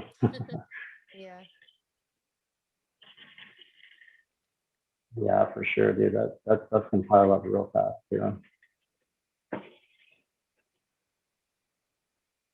So earlier you were showing some of the what did you call them? The color, well, these are like swatches basically for some of the colors you guys have been working on. These are actually just of the colors. We have a lot more that we haven't released yet, that a lot of different formulas. We're just kind of picking and choosing how we want to set up the line. But right now I have ones that we already have out right now. Yeah. You can kind of tell, like, for example, I had here's a bright yellow. Can you see me? No, your screen's your letter. Yeah, there you go. Killer. So this is a bright yellow. Yeah. Wow. So this is just to kind of get a visual on all the different things that we have. This will help. I'm sending these over to Jake. Oh, awesome. Yeah. So these are, sometimes you can't always tell online, and you can't always tell from the bottle. It saves a little bit of time. So I'm going to share these with him so they can kind of lay out and see what we have. Nice. Do you have a favorite color that you guys have created? I'm not exactly sure. I haven't had enough colors tattooed, and me to really feel that way. But I really like our opaque grays. Mm-hmm. I like our Bahama. My daughter's favorite color is bazooka. Nice. So we have a really nice. I like the Laker purple quite a bit. I just Okay. Yeah, we have a purple space that I like. It's probably it's our most concentrated. It is a concentrate, so I like that one. Nice, good. The Agent Orange is one that I like quite a bit because it's just so bright, so bold. Yeah. Yeah, orange was always one. Yeah, that's awesome. I'm excited to check those out too, like I said, so I appreciate that. Thank you. Yeah, it's fun to mingle with people and get samples out and stuff like that, just because feedback is the most valuable thing. And it's a little bit harder launching. For me, I came on in October, and obviously with COVID, there really isn't a good chance to be one-on-one with people and show them exactly what they're dealing with. Yeah. So that's been a bit of a damper this last year, but definitely not the end of the world. Right. Yeah, we'll get back on our feet. You know what I mean? Mm-hmm. We'll be back to normal eventually. We'll get back there. But this stuff is fucking awesome. It's just been a good opportunity for people to still just reach out and talk to each other and mingle, man. Mingle. Like if you go on a date, you gotta like, have a virtual dance and everything like that too. Yeah, it's nice to have friends with that are really good with it. Like Gabe has been doing these types of things for a long time, and he was just so helpful and at least acclimating me to exactly what's going on. Were you Right. around for the VTG event last summer that we all kind of participated in? No, I wasn't. I just became a member, I think, in February or January. Oh, okay. So last So, year we did from, geez, I think we started in June. So we did June, July, August, and then October. So each time we had like this, like what we're doing within the community for my mhm, website, similar to that. And so we had like virtual booths. mhm, So it was really stressful because we had no idea really with the equipment and hooking it up to the computer. So it was a great learning experience. right. But we would go from like 11 a.m. to 6 p.m. for 2 days a month. Wow. So the entire day was like, that when I say stressful, it was just like, all right, well, what program are we going to do and when are we going to air the interviews? How does an interview work on Zoom? Yeah. Mhm. But that's why I like the app so much because it's really streamlined everything. Yeah. Yep. Yeah, I've been telling some of my clients about it, and like we've been watching some of the, the playback episodes and stuff on the TV that I have here at the Okay. shop and everything like that. So that's Yeah, been pretty that's fun. great. Yeah, it's fun, man. They feel like they're interacting with it quite a bit more too. You know what I mean? They feel like they're does. becoming part of this. Yeah, and it's fucking cool to see them being like, well, so what does that mean? Like they get invested and they start That's asking good. questions like some of the more technical things that we might be talking about, or just to hear some of the artists talk about like their experiences and then like their approach and everything too. And they're like, I never really thought that there was that much, involved with drawing a tattoo or like that much involved with your guys' business and such. You know what I mean? So Yeah. It's that's been good. a lot You of really fun. just don't know. I mean, the industry, it's so precious. It's like all these things that are there, but really only people in the industry know. And then you find out Right. all these clients that are very smart and capable individuals. They just have their minds blown when they are Yeah. exposed to it. Yeah, agreed. I mean, that's what it takes though sometimes, you know what I mean? Just to have it shown to you. Yeah. But, And a lot of the people that get tattoos, they already have their interest peaked in art in some way, and mhm. they may not practice, but connecting to it is fantastic. Yeah, for sure. And that's where the investment comes in. That's where the involvement comes in. And it opens your eyes up to it. It's like trying new food for the first time. Like you never would have thought you'd try like for me, octopus. You know what I mean? I would never would have tried octopus, but once I had it in some ceviche, I was like, oh my god, this is delicious. It's like, what have I been waiting for? Why did I wait so long for this? Just the idea, that concept of it. Mhm. You try it and you go, damn, this is delish. I've never had octopus and ceviche, but ceviche sounds fantastic. Doesn't it? Yeah, Man. my sister's a little background on me, not to interrupt, but I've got my No, family no. has several restaurants in our little city here in Appleton. Oh, kill it. Yeah, okay. So they fly in food from all over, What? like the fresh fish from Alaska and stuff like that. They fly it in. So Wow. So you get that like steak kind of like salmon and stuff, man. That's awesome. yeah, Like where it's like, yeah, cool. it's cool. My mom's husband is an artist in terms of food, a culinary artist, and it's just so cool. Presentation, you can make anything beautiful if you want to. Yes, agreed. That's wild that you said that on Netflix they have that Chef's Table series, you know what I mean? Mm-hmm. And I don't know if you've ever seen it, but there's I don't a think few so. seasons now. There's a few seasons now, and it, like some of the things that these guys talk about, like it's kind of like what we were talking about with the reinventing forum. They talk about things that actually inspired them to open up their restaurants, or things that inspire them with their food, and some of it is like just the exact opposite of a food place that you would think, you know. Yeah. One guy was talking about like he saw these three birds on a phone line one day, and it inspired him to open up this restaurant that he had. And it's just like, what the fuck? This is incredible, you know? Yeah, that's messed up. Yeah. It is weird. It's like, what is that switch going to be? Because you have these desires, you have these like visions for yourself and your success, but like, what's going to set it on fire and make you take that first step? Yep.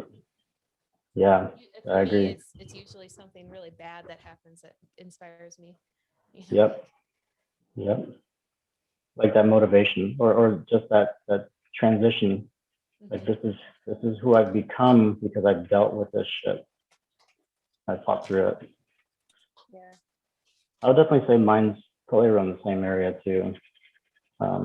You know, that and like just trying to do more things that I would always be so apprehensive to attempt, like these videos and stuff like that, for example, you know, or like even getting online and talking to someone like Guy Atchison, in my opinion, you know what I mean? Like Yeah. the hands, you know, like I've always known about his work, and like I know a lot of us have, you know, and like to have him jump in, and I'm filling in for my buddy Jason is fucking cool as hell. You know what I mean? It's like, oh my God, this is like a dream. So Yeah, you're right. I feel the same way every time I talk to these guys. yeah. And then the things we learn in that process, like, you know, I actually took the jump, and this is, you know, it's still scary. It's still nerve wracking, no matter how long I've been doing this. But dude, I remember the first few tattoos I did. Oh my God, I was shaking my ass up. Like, I'm not going to be able to do a straight line for nothing, you know? You know, and you become a little bit more desensitized to it, but it's still there, you know, like this is going to be permanent. And you just make this happen. What types of Yeah. stuff did you tell yourself when you first started? Like, I'm just curious where your mind is at. Mine was always like, don't fuck up, don't fuck up, don't fuck up. And you know, honestly, like I used to skateboard a lot as a kid, and I actually debated on whether or not I was going to continue to tattoo or if I was just going to continue to skate. You know what I mean? Because I knew it was one or the other kind of thing. So for me at that time, it was like an all or nothing. Like I can tend to be that way a lot of the times with everything in my life. It's either all or nothing, you know, and it's a benefit, and at the same time it's like a kind of it's a drawback for sure. It can be, but yeah, so I would always tell myself it's either this or I just fucking go home, you know what I mean, and don't fuck up. There, speaking of skateboarding, this is kind of totally off, but we're going to be going to Belgium for the Brussels Tattoo Convention in November. Oh, very cool. Man, you should see their promotional videos. They have like Okay. they have there's a large emphasis on skateboarding, and I've never seen that at a show in my life. I'm gonna try and pull up the video for you guys, Okay, sure. but it looks like a super stellar event. I'm so excited for it. Yeah. You ever skate? Nope. You're I a know, I sports was fan, more that's of right. bike. I love biking anywhere, everywhere, trails, mountain biking. Yeah. That's Wow, my jam. that's crazy. That stuff is insane. Like going down those hills like that, you're going down super fast too, aren't you? Yep. I'm a little more hesitant now with my kids. They're 2 and 4, so. Right. Okay, I don't know if you'll be able to hear this, Okay. but I am going to share the screen because this convention is killer. Let's check it out. All right, here we go. All right.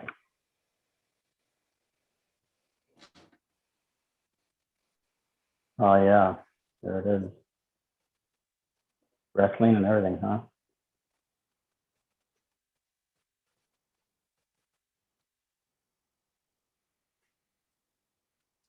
I don't know if that's right in the really where that's at.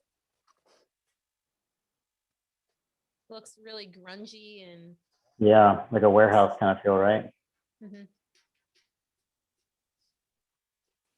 Man, this has got it all. But yeah, we'll be Radical. going in Man, November if nothing changes. killer. Mhm. I'm gonna have to make sure my passport is up to date and start getting some traveling miles going. Yeah, if not this year, next year, right? You got it. Exactly it. I always went to tattoo conventions when I was first starting to like trying to meet people, and you know, asking them if it's cool if I watch them work and everything, and just kind of, you know, hanging out. That was always so inspiring to me to see all the different artists and everything there. And I always loved seeing all the different banners and stuff like that too. I Yeah, miss that. I think marketing is crazy because like if you want to talk about what hats you're wearing, so Yeah. as an artist who happens to be maybe an entrepreneur or a business owner, you've got the hat of an artist, you've got the hat of the boss, you've got the hat of the man that pays the taxes, you got the hat of a traveling man. There's so many Hmm. things, because Yeah. and marketing too, which is crazy because there's, as an artist, there's artwork, but then there's design. That's Right. just a whole nother element to like how you actually market your company. And I've Right. seen so many incredibly creative ways that you just don't see in other industries. On like, with all of the amazing stickers and like you said, banners and postcards, Hmm. stuff you would never ever see anywhere else. Yep. You know what? Honestly, like I went to the Hell City Tattoo Convention one time in Arizona. I didn't work it. I just went out there, Do you know and what it was year at by the. any chance? I wish I could tell you. Was it 2006 or 2007? Okay. Yeah. Were you there? No, not that year. My first year Yeah. was 2013. Okay, there you go.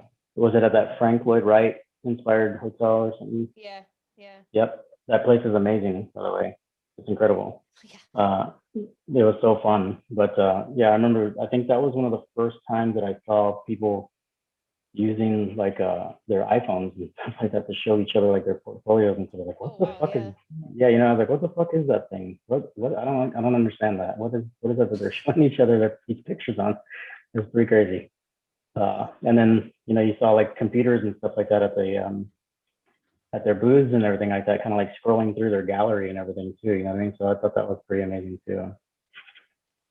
Yeah. I've never seen it like that before. So yeah. I didn't start going to conventions till 2013, so mine's definitely a later perspective. But did you watch the drunk critique the other night?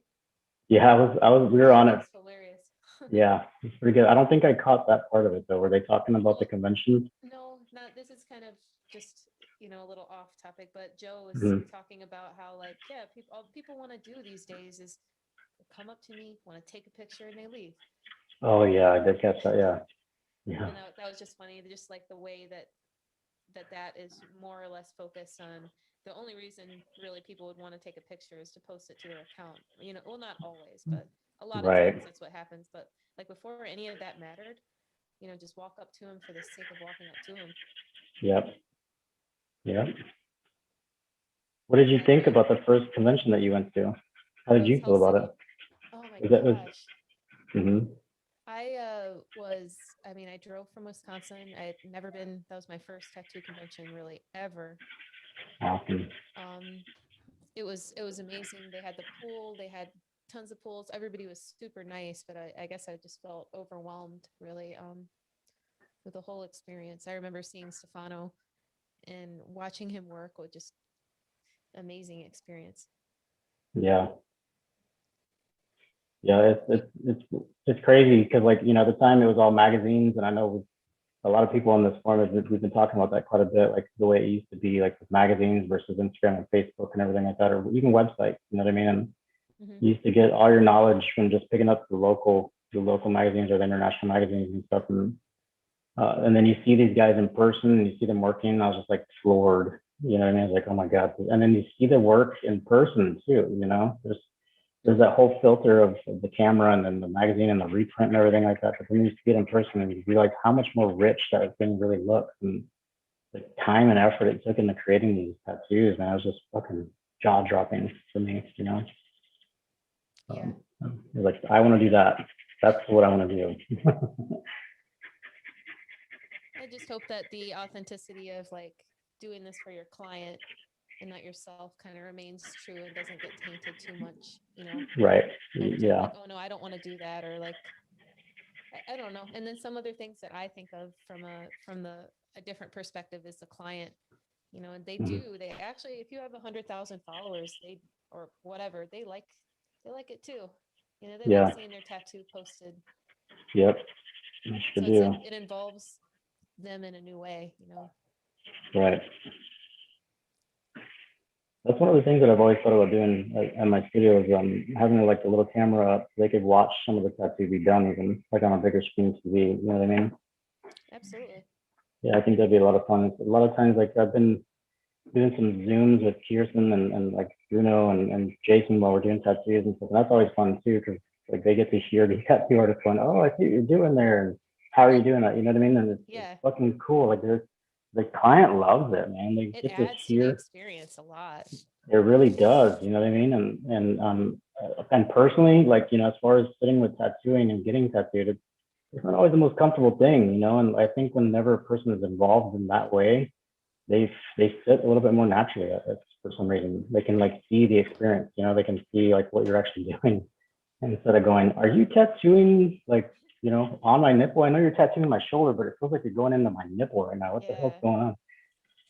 The nice thing too is that like for getting tattooed, that would be such a simple thing for you to do. Now that you have the Zoom thing down, it would be a matter of essentially connecting a new camera and casting it to your TV or connecting through HDMI to really Yeah, I've like make been, that experience. yeah, that's a good idea, you know, and I've been thinking about that because I get, this is like my first Apple phone ever, you know what I mean? And I got the iPad and I was like, well, this thing is pretty fucking cool. So what else does the Apple phone do? You know what I mean? So, I haven't gone that but route yet. it's still the Samsung, huh? I enjoy my Android. Yeah. I love a Google phone too, by the way. I don't know, just features are cool. I've But I never have the used them tablet and the before. iPad, but I wanted to at least retain that truth in my phone. Right. But it is inconvenient. I've had people say, hey, I'm literally going to buy you an iPhone just so you have that as a second device. Yeah.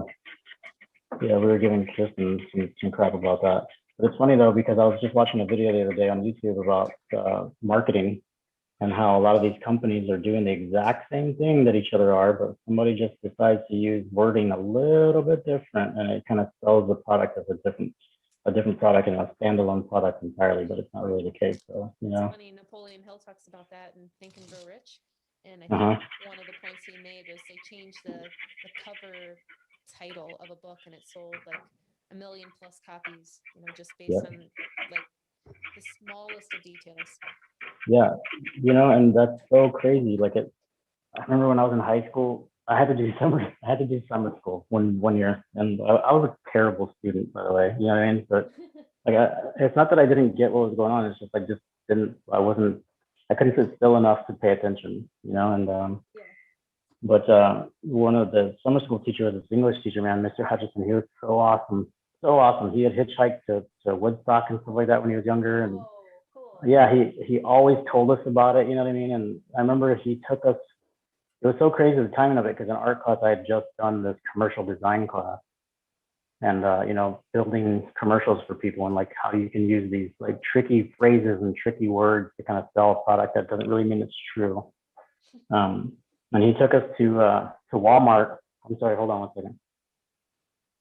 He took us to Walmart. Am I there? Yeah, there. Yeah, you're there. He took us to Walmart and he showed us like, you know, the whole middle shelf thing, lower shelf thing, and then the upper shelf thing, and the price difference. Like he wanted you to just pay attention to how simple it was that somebody is trying to sell you a product that's the exact same thing, but just the placement of it as far as your eye level and the convenience of reaching for it could change it up like $1 or $2 even, you Jeez. know?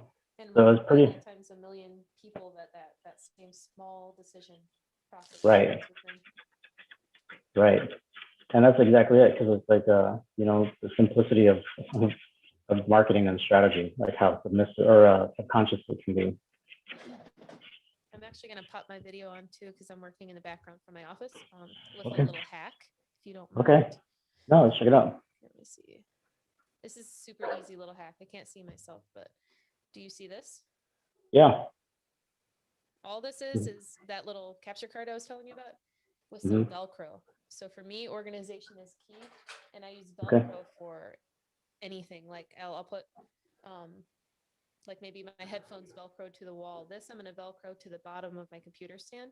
But it's a great hack because some people forget that you can buy these little pieces. Yep.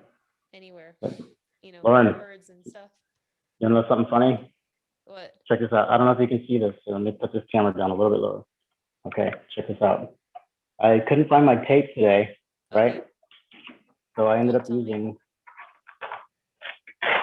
my Velcro on the back of the paper. So it is a great hack. It is a great hack.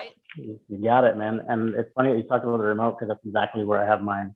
No Piece way. of Velcro on the shelf. I stick it up, even though it sits on the shelf. I still stick it right there. Remotes and Velcro. They're like Dude. literally all my house. I have like little pieces of Velcro. My kids know exactly where to. Yep. Cool. The only thing is you gotta always make sure that the soft side is on things that you grab, because I've made the mistake of putting that little like the harder points on it before, and then you just grab it and it's always there. It's like a fucking texture thing for me. I hate it. So, I agree. The other thing I'm doing in my organization is I've got these little cuffs. Oh yeah. You can see them for cables. Okay. It's kind of nice. Oh, so you like cinch them together. Yeah, I've got little ones. It's some bigger ones.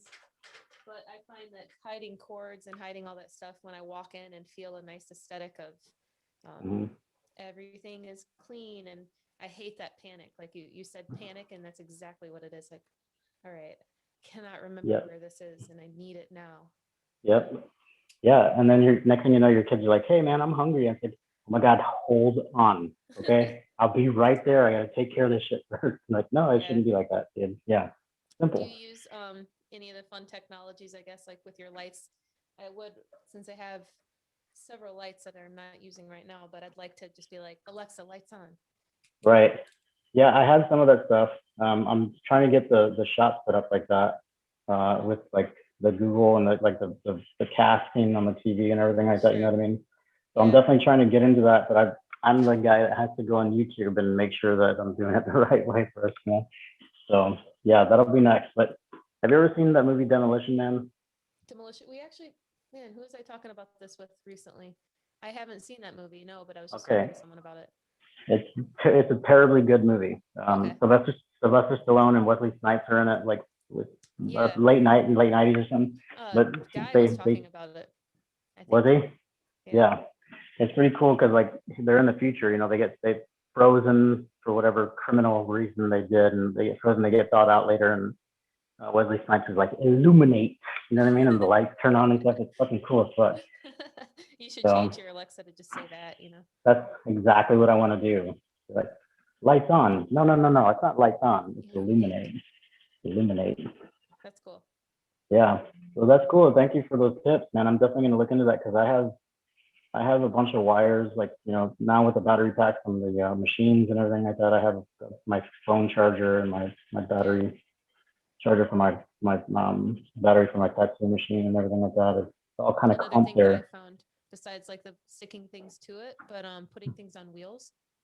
Oh I yeah, don't know how okay. often, like your tray table or whatever like that. Like for me, it's like lights on wheels or tripods on wheels. Holy shit. Lights on wheels. Yeah. That's brilliant because one of these lights that I use mainly for tattooing, I always have to pick it up. And I find myself always just having to adjust the screw with that pin screw Yeah. at the Put some. bottom. You can replace those little. I don't know what type of or what you have for your lights. You can replace that with little wheels. So you can just buy the wheels separate at like Lowe's or wherever, Home Depot. Man, you just blew my But mind, dude. get good wheels. You know that there's a Yeah. difference in those shitty little wheels or the ones that roll super smooth. You know, with a Yep. little bit of. Also, have you ever seen the hijack stand by Josh Bowers? No, I don't think so. I have one. I have one here. Let me show you. Let's check it out.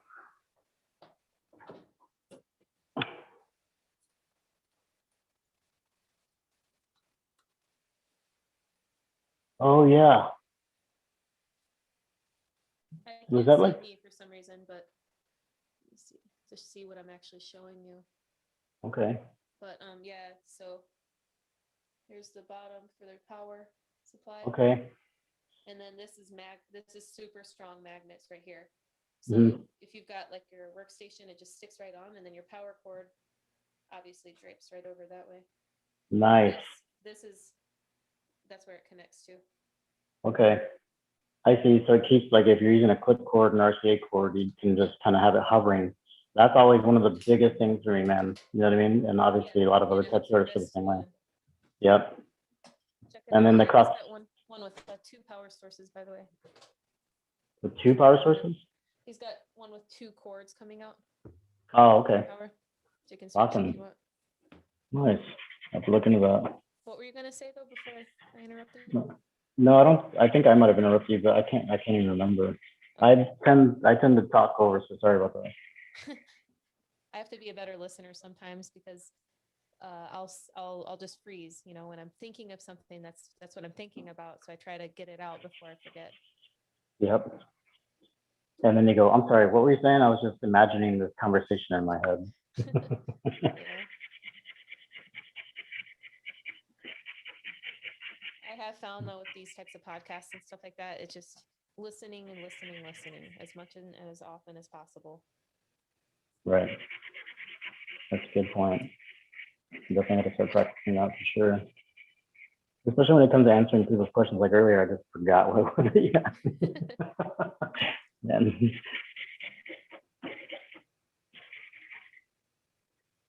I think we're going to be getting closer to a point where everything's where I want it to be. the teeth are always one of those things for me where I'm always like 1, 2, 3, you know what I mean? Yeah. So I end up just kind of not necessarily guesstimating, but just trying to be a little bit more fluid about it so I don't get lost in the proportions.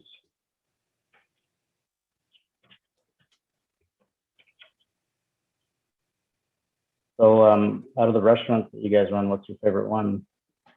My sister has this one that's just super cool. It's really popular in the area for like, it's known for people who want to have a fun time because it's a Mexican restaurant. It's with a really great vibe. It's called Sangria's. It's definitely my favorite. Oh, okay, killer. Yeah, definitely. Sangria.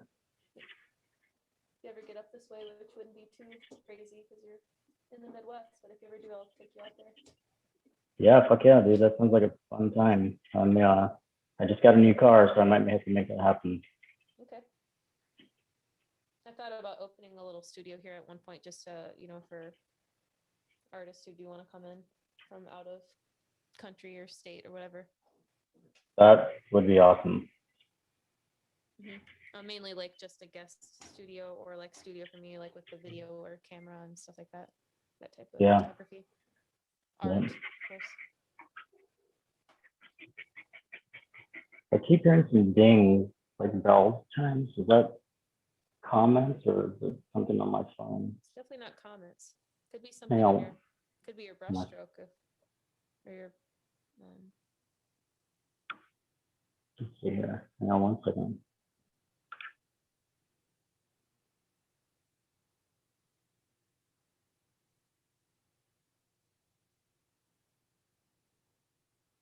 I think I did get a text a little while ago. It said something about your, what time is it right now?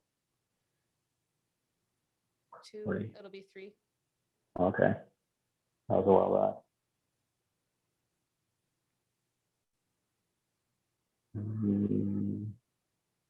All right, cool. Good.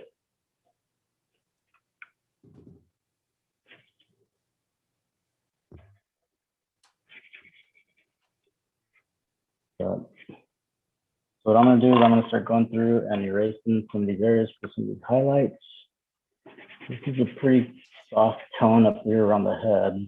So I like that. It'll help create that contrast for the whitish highlights. And this is one of the funnest parts for me. Really help create that dimension.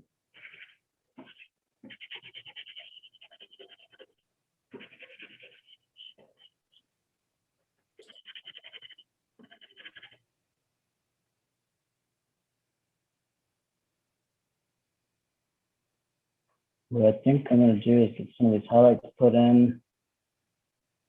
And then you got me thinking about food. I think I'm gonna get some tacos and stuff, man. Oh gosh. Right? Remind me. Dude, I cannot wait to tear some tacos up today. And it's so nice out. I might have to go have margarita too.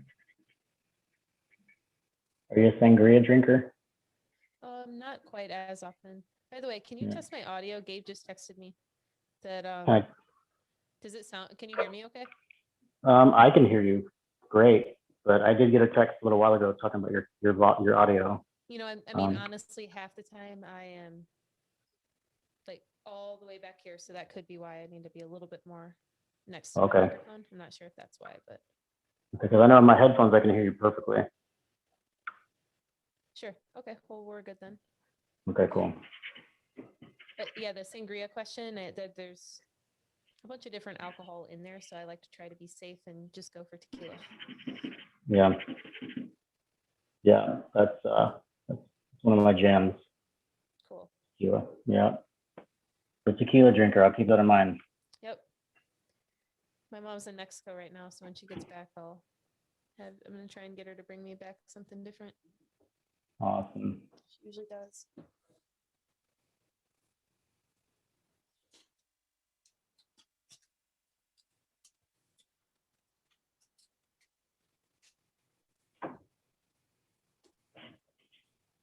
I'm doing my best to keep my hands off of the charcoal. I ended up getting messy and have this stuff all over my face too. That was the fun part about it. Dude, it's always funny whenever the clients come in and you got some of that carbon from the pimple on your finger and you have no idea, and you wipe your face off later and it's just like all over your fucking cheek or something.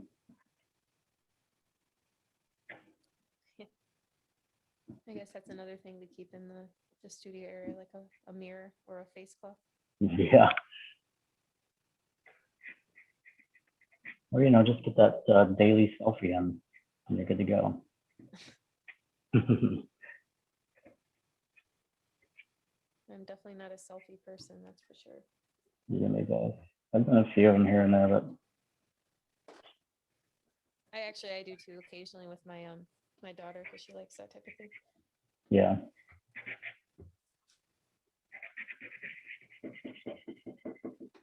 Yeah. What do they get into? What's that? What do they get into? Do they like SpongeBob? No, Yeah, not really. SpongeBob. My daughter's into a lot of different things. My son loves this character named Blippi. Let's see. Blippi, yeah, he does like, Blip. he's just a YouTuber. He does a lot of fun educational stuff for kids. Oh, okay. And then my daughter likes a lot of different things right now. She's into this movie on Netflix called Over the Moon. So her whole Okay. life is about that movie. That's the little boy that's on the moon, right? Is that the same one? Or which one am I No, thinking of? maybe Okay. Little Prince. This one That's has the one. Huh? yeah, this one has a pretty interesting story. The little girl loses her mom, and then she wants to build a rocket ship to go to the moon, and she does. Awesome. So my daughter's 4, and she goes to preschool, and she asks her teacher, she's like, "Do you know what a pangolin is?" And the teacher's like, "No, I don't know what that is." She's like, "It's the most trafficked animal in the world." And her teacher just looks at me like, "What?" Yeah. Pangolin, huh? Yeah.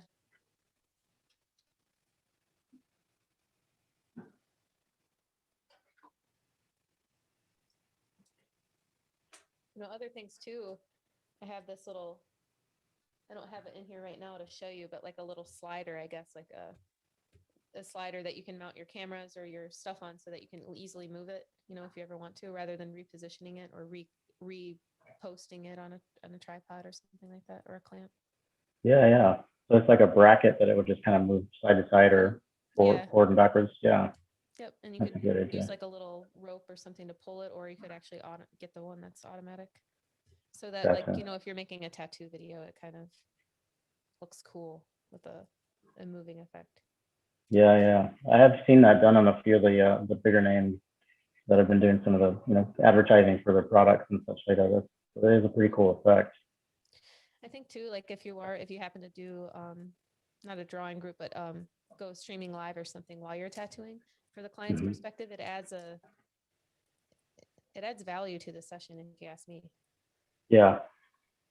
Not Being able necessarily to, like a monetary value, but like it puts your mindset into something totally different.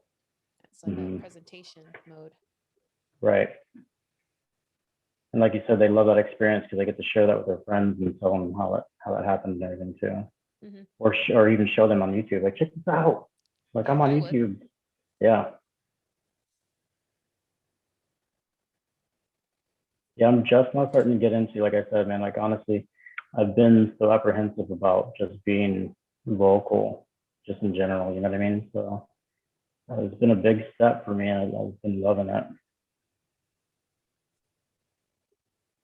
So I think I'm excited about getting into that realm, picking up a little bit more on the digital stuff, and then sharing a little bit more about like just the process, like my process, That's one of the cool things I think about tattooing is that everybody always does it generally the same, but not always the exact same. And it's the fun part. You have your own little nuance.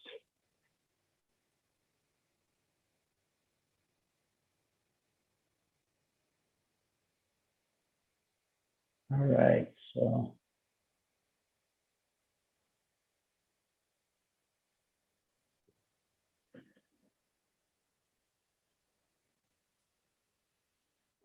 All right, so here we are for now. I think what I'm gonna do is I'm gonna call it a day here. Okay. And I think I'm going to try to work on this a little bit more when I have some free time. I'm going to work on that picture that Guy has us doing for our homework Okay. after this and try to get that posted too. But yeah, that's pretty much it for the day. I don't know if you guys can see it. I'll try to get a little bit closer with it. Awesome. Yeah, it's pretty fun. I might mess around with a little bit of the placement of some of the objects, and I'm definitely going to get into the nose and try to bring that a little bit more into the foreground and such. But that's pretty much it. That's awesome. Thank you. Are you gonna? You said you might have time to check out David's. Yeah, I'm definitely gonna try to do. Yeah, I'm gonna get on there because I'd like to see, painters especially, man, like watching their process and how they go about starting their oil paintings and everything like that. So I'm pretty excited about that. Sure, I think it'll be a really big eye opener because he has. I mean, if you look at his portfolio, it's very diverse. It's awesome. He is into all sorts of mediums, and I think that's incredible to see someone with a wide array of techniques and application. Yeah. Whatever it is that you can do to accomplish that overall subject, that overall feel for the image that you're trying to like convey to everybody, that story that you're trying to tell. Absolutely. Yeah, rock and roll. Okay. Yeah, it was nice hanging out with you today. Yeah, absolutely. Thanks for participating. I appreciate it. You got me. You got me through it. Cool. Yeah. I guess we'll probably catch up again later today, or maybe we'll see you tomorrow morning for Jake's drawing group. Okay, cool. Thanks a lot, guys.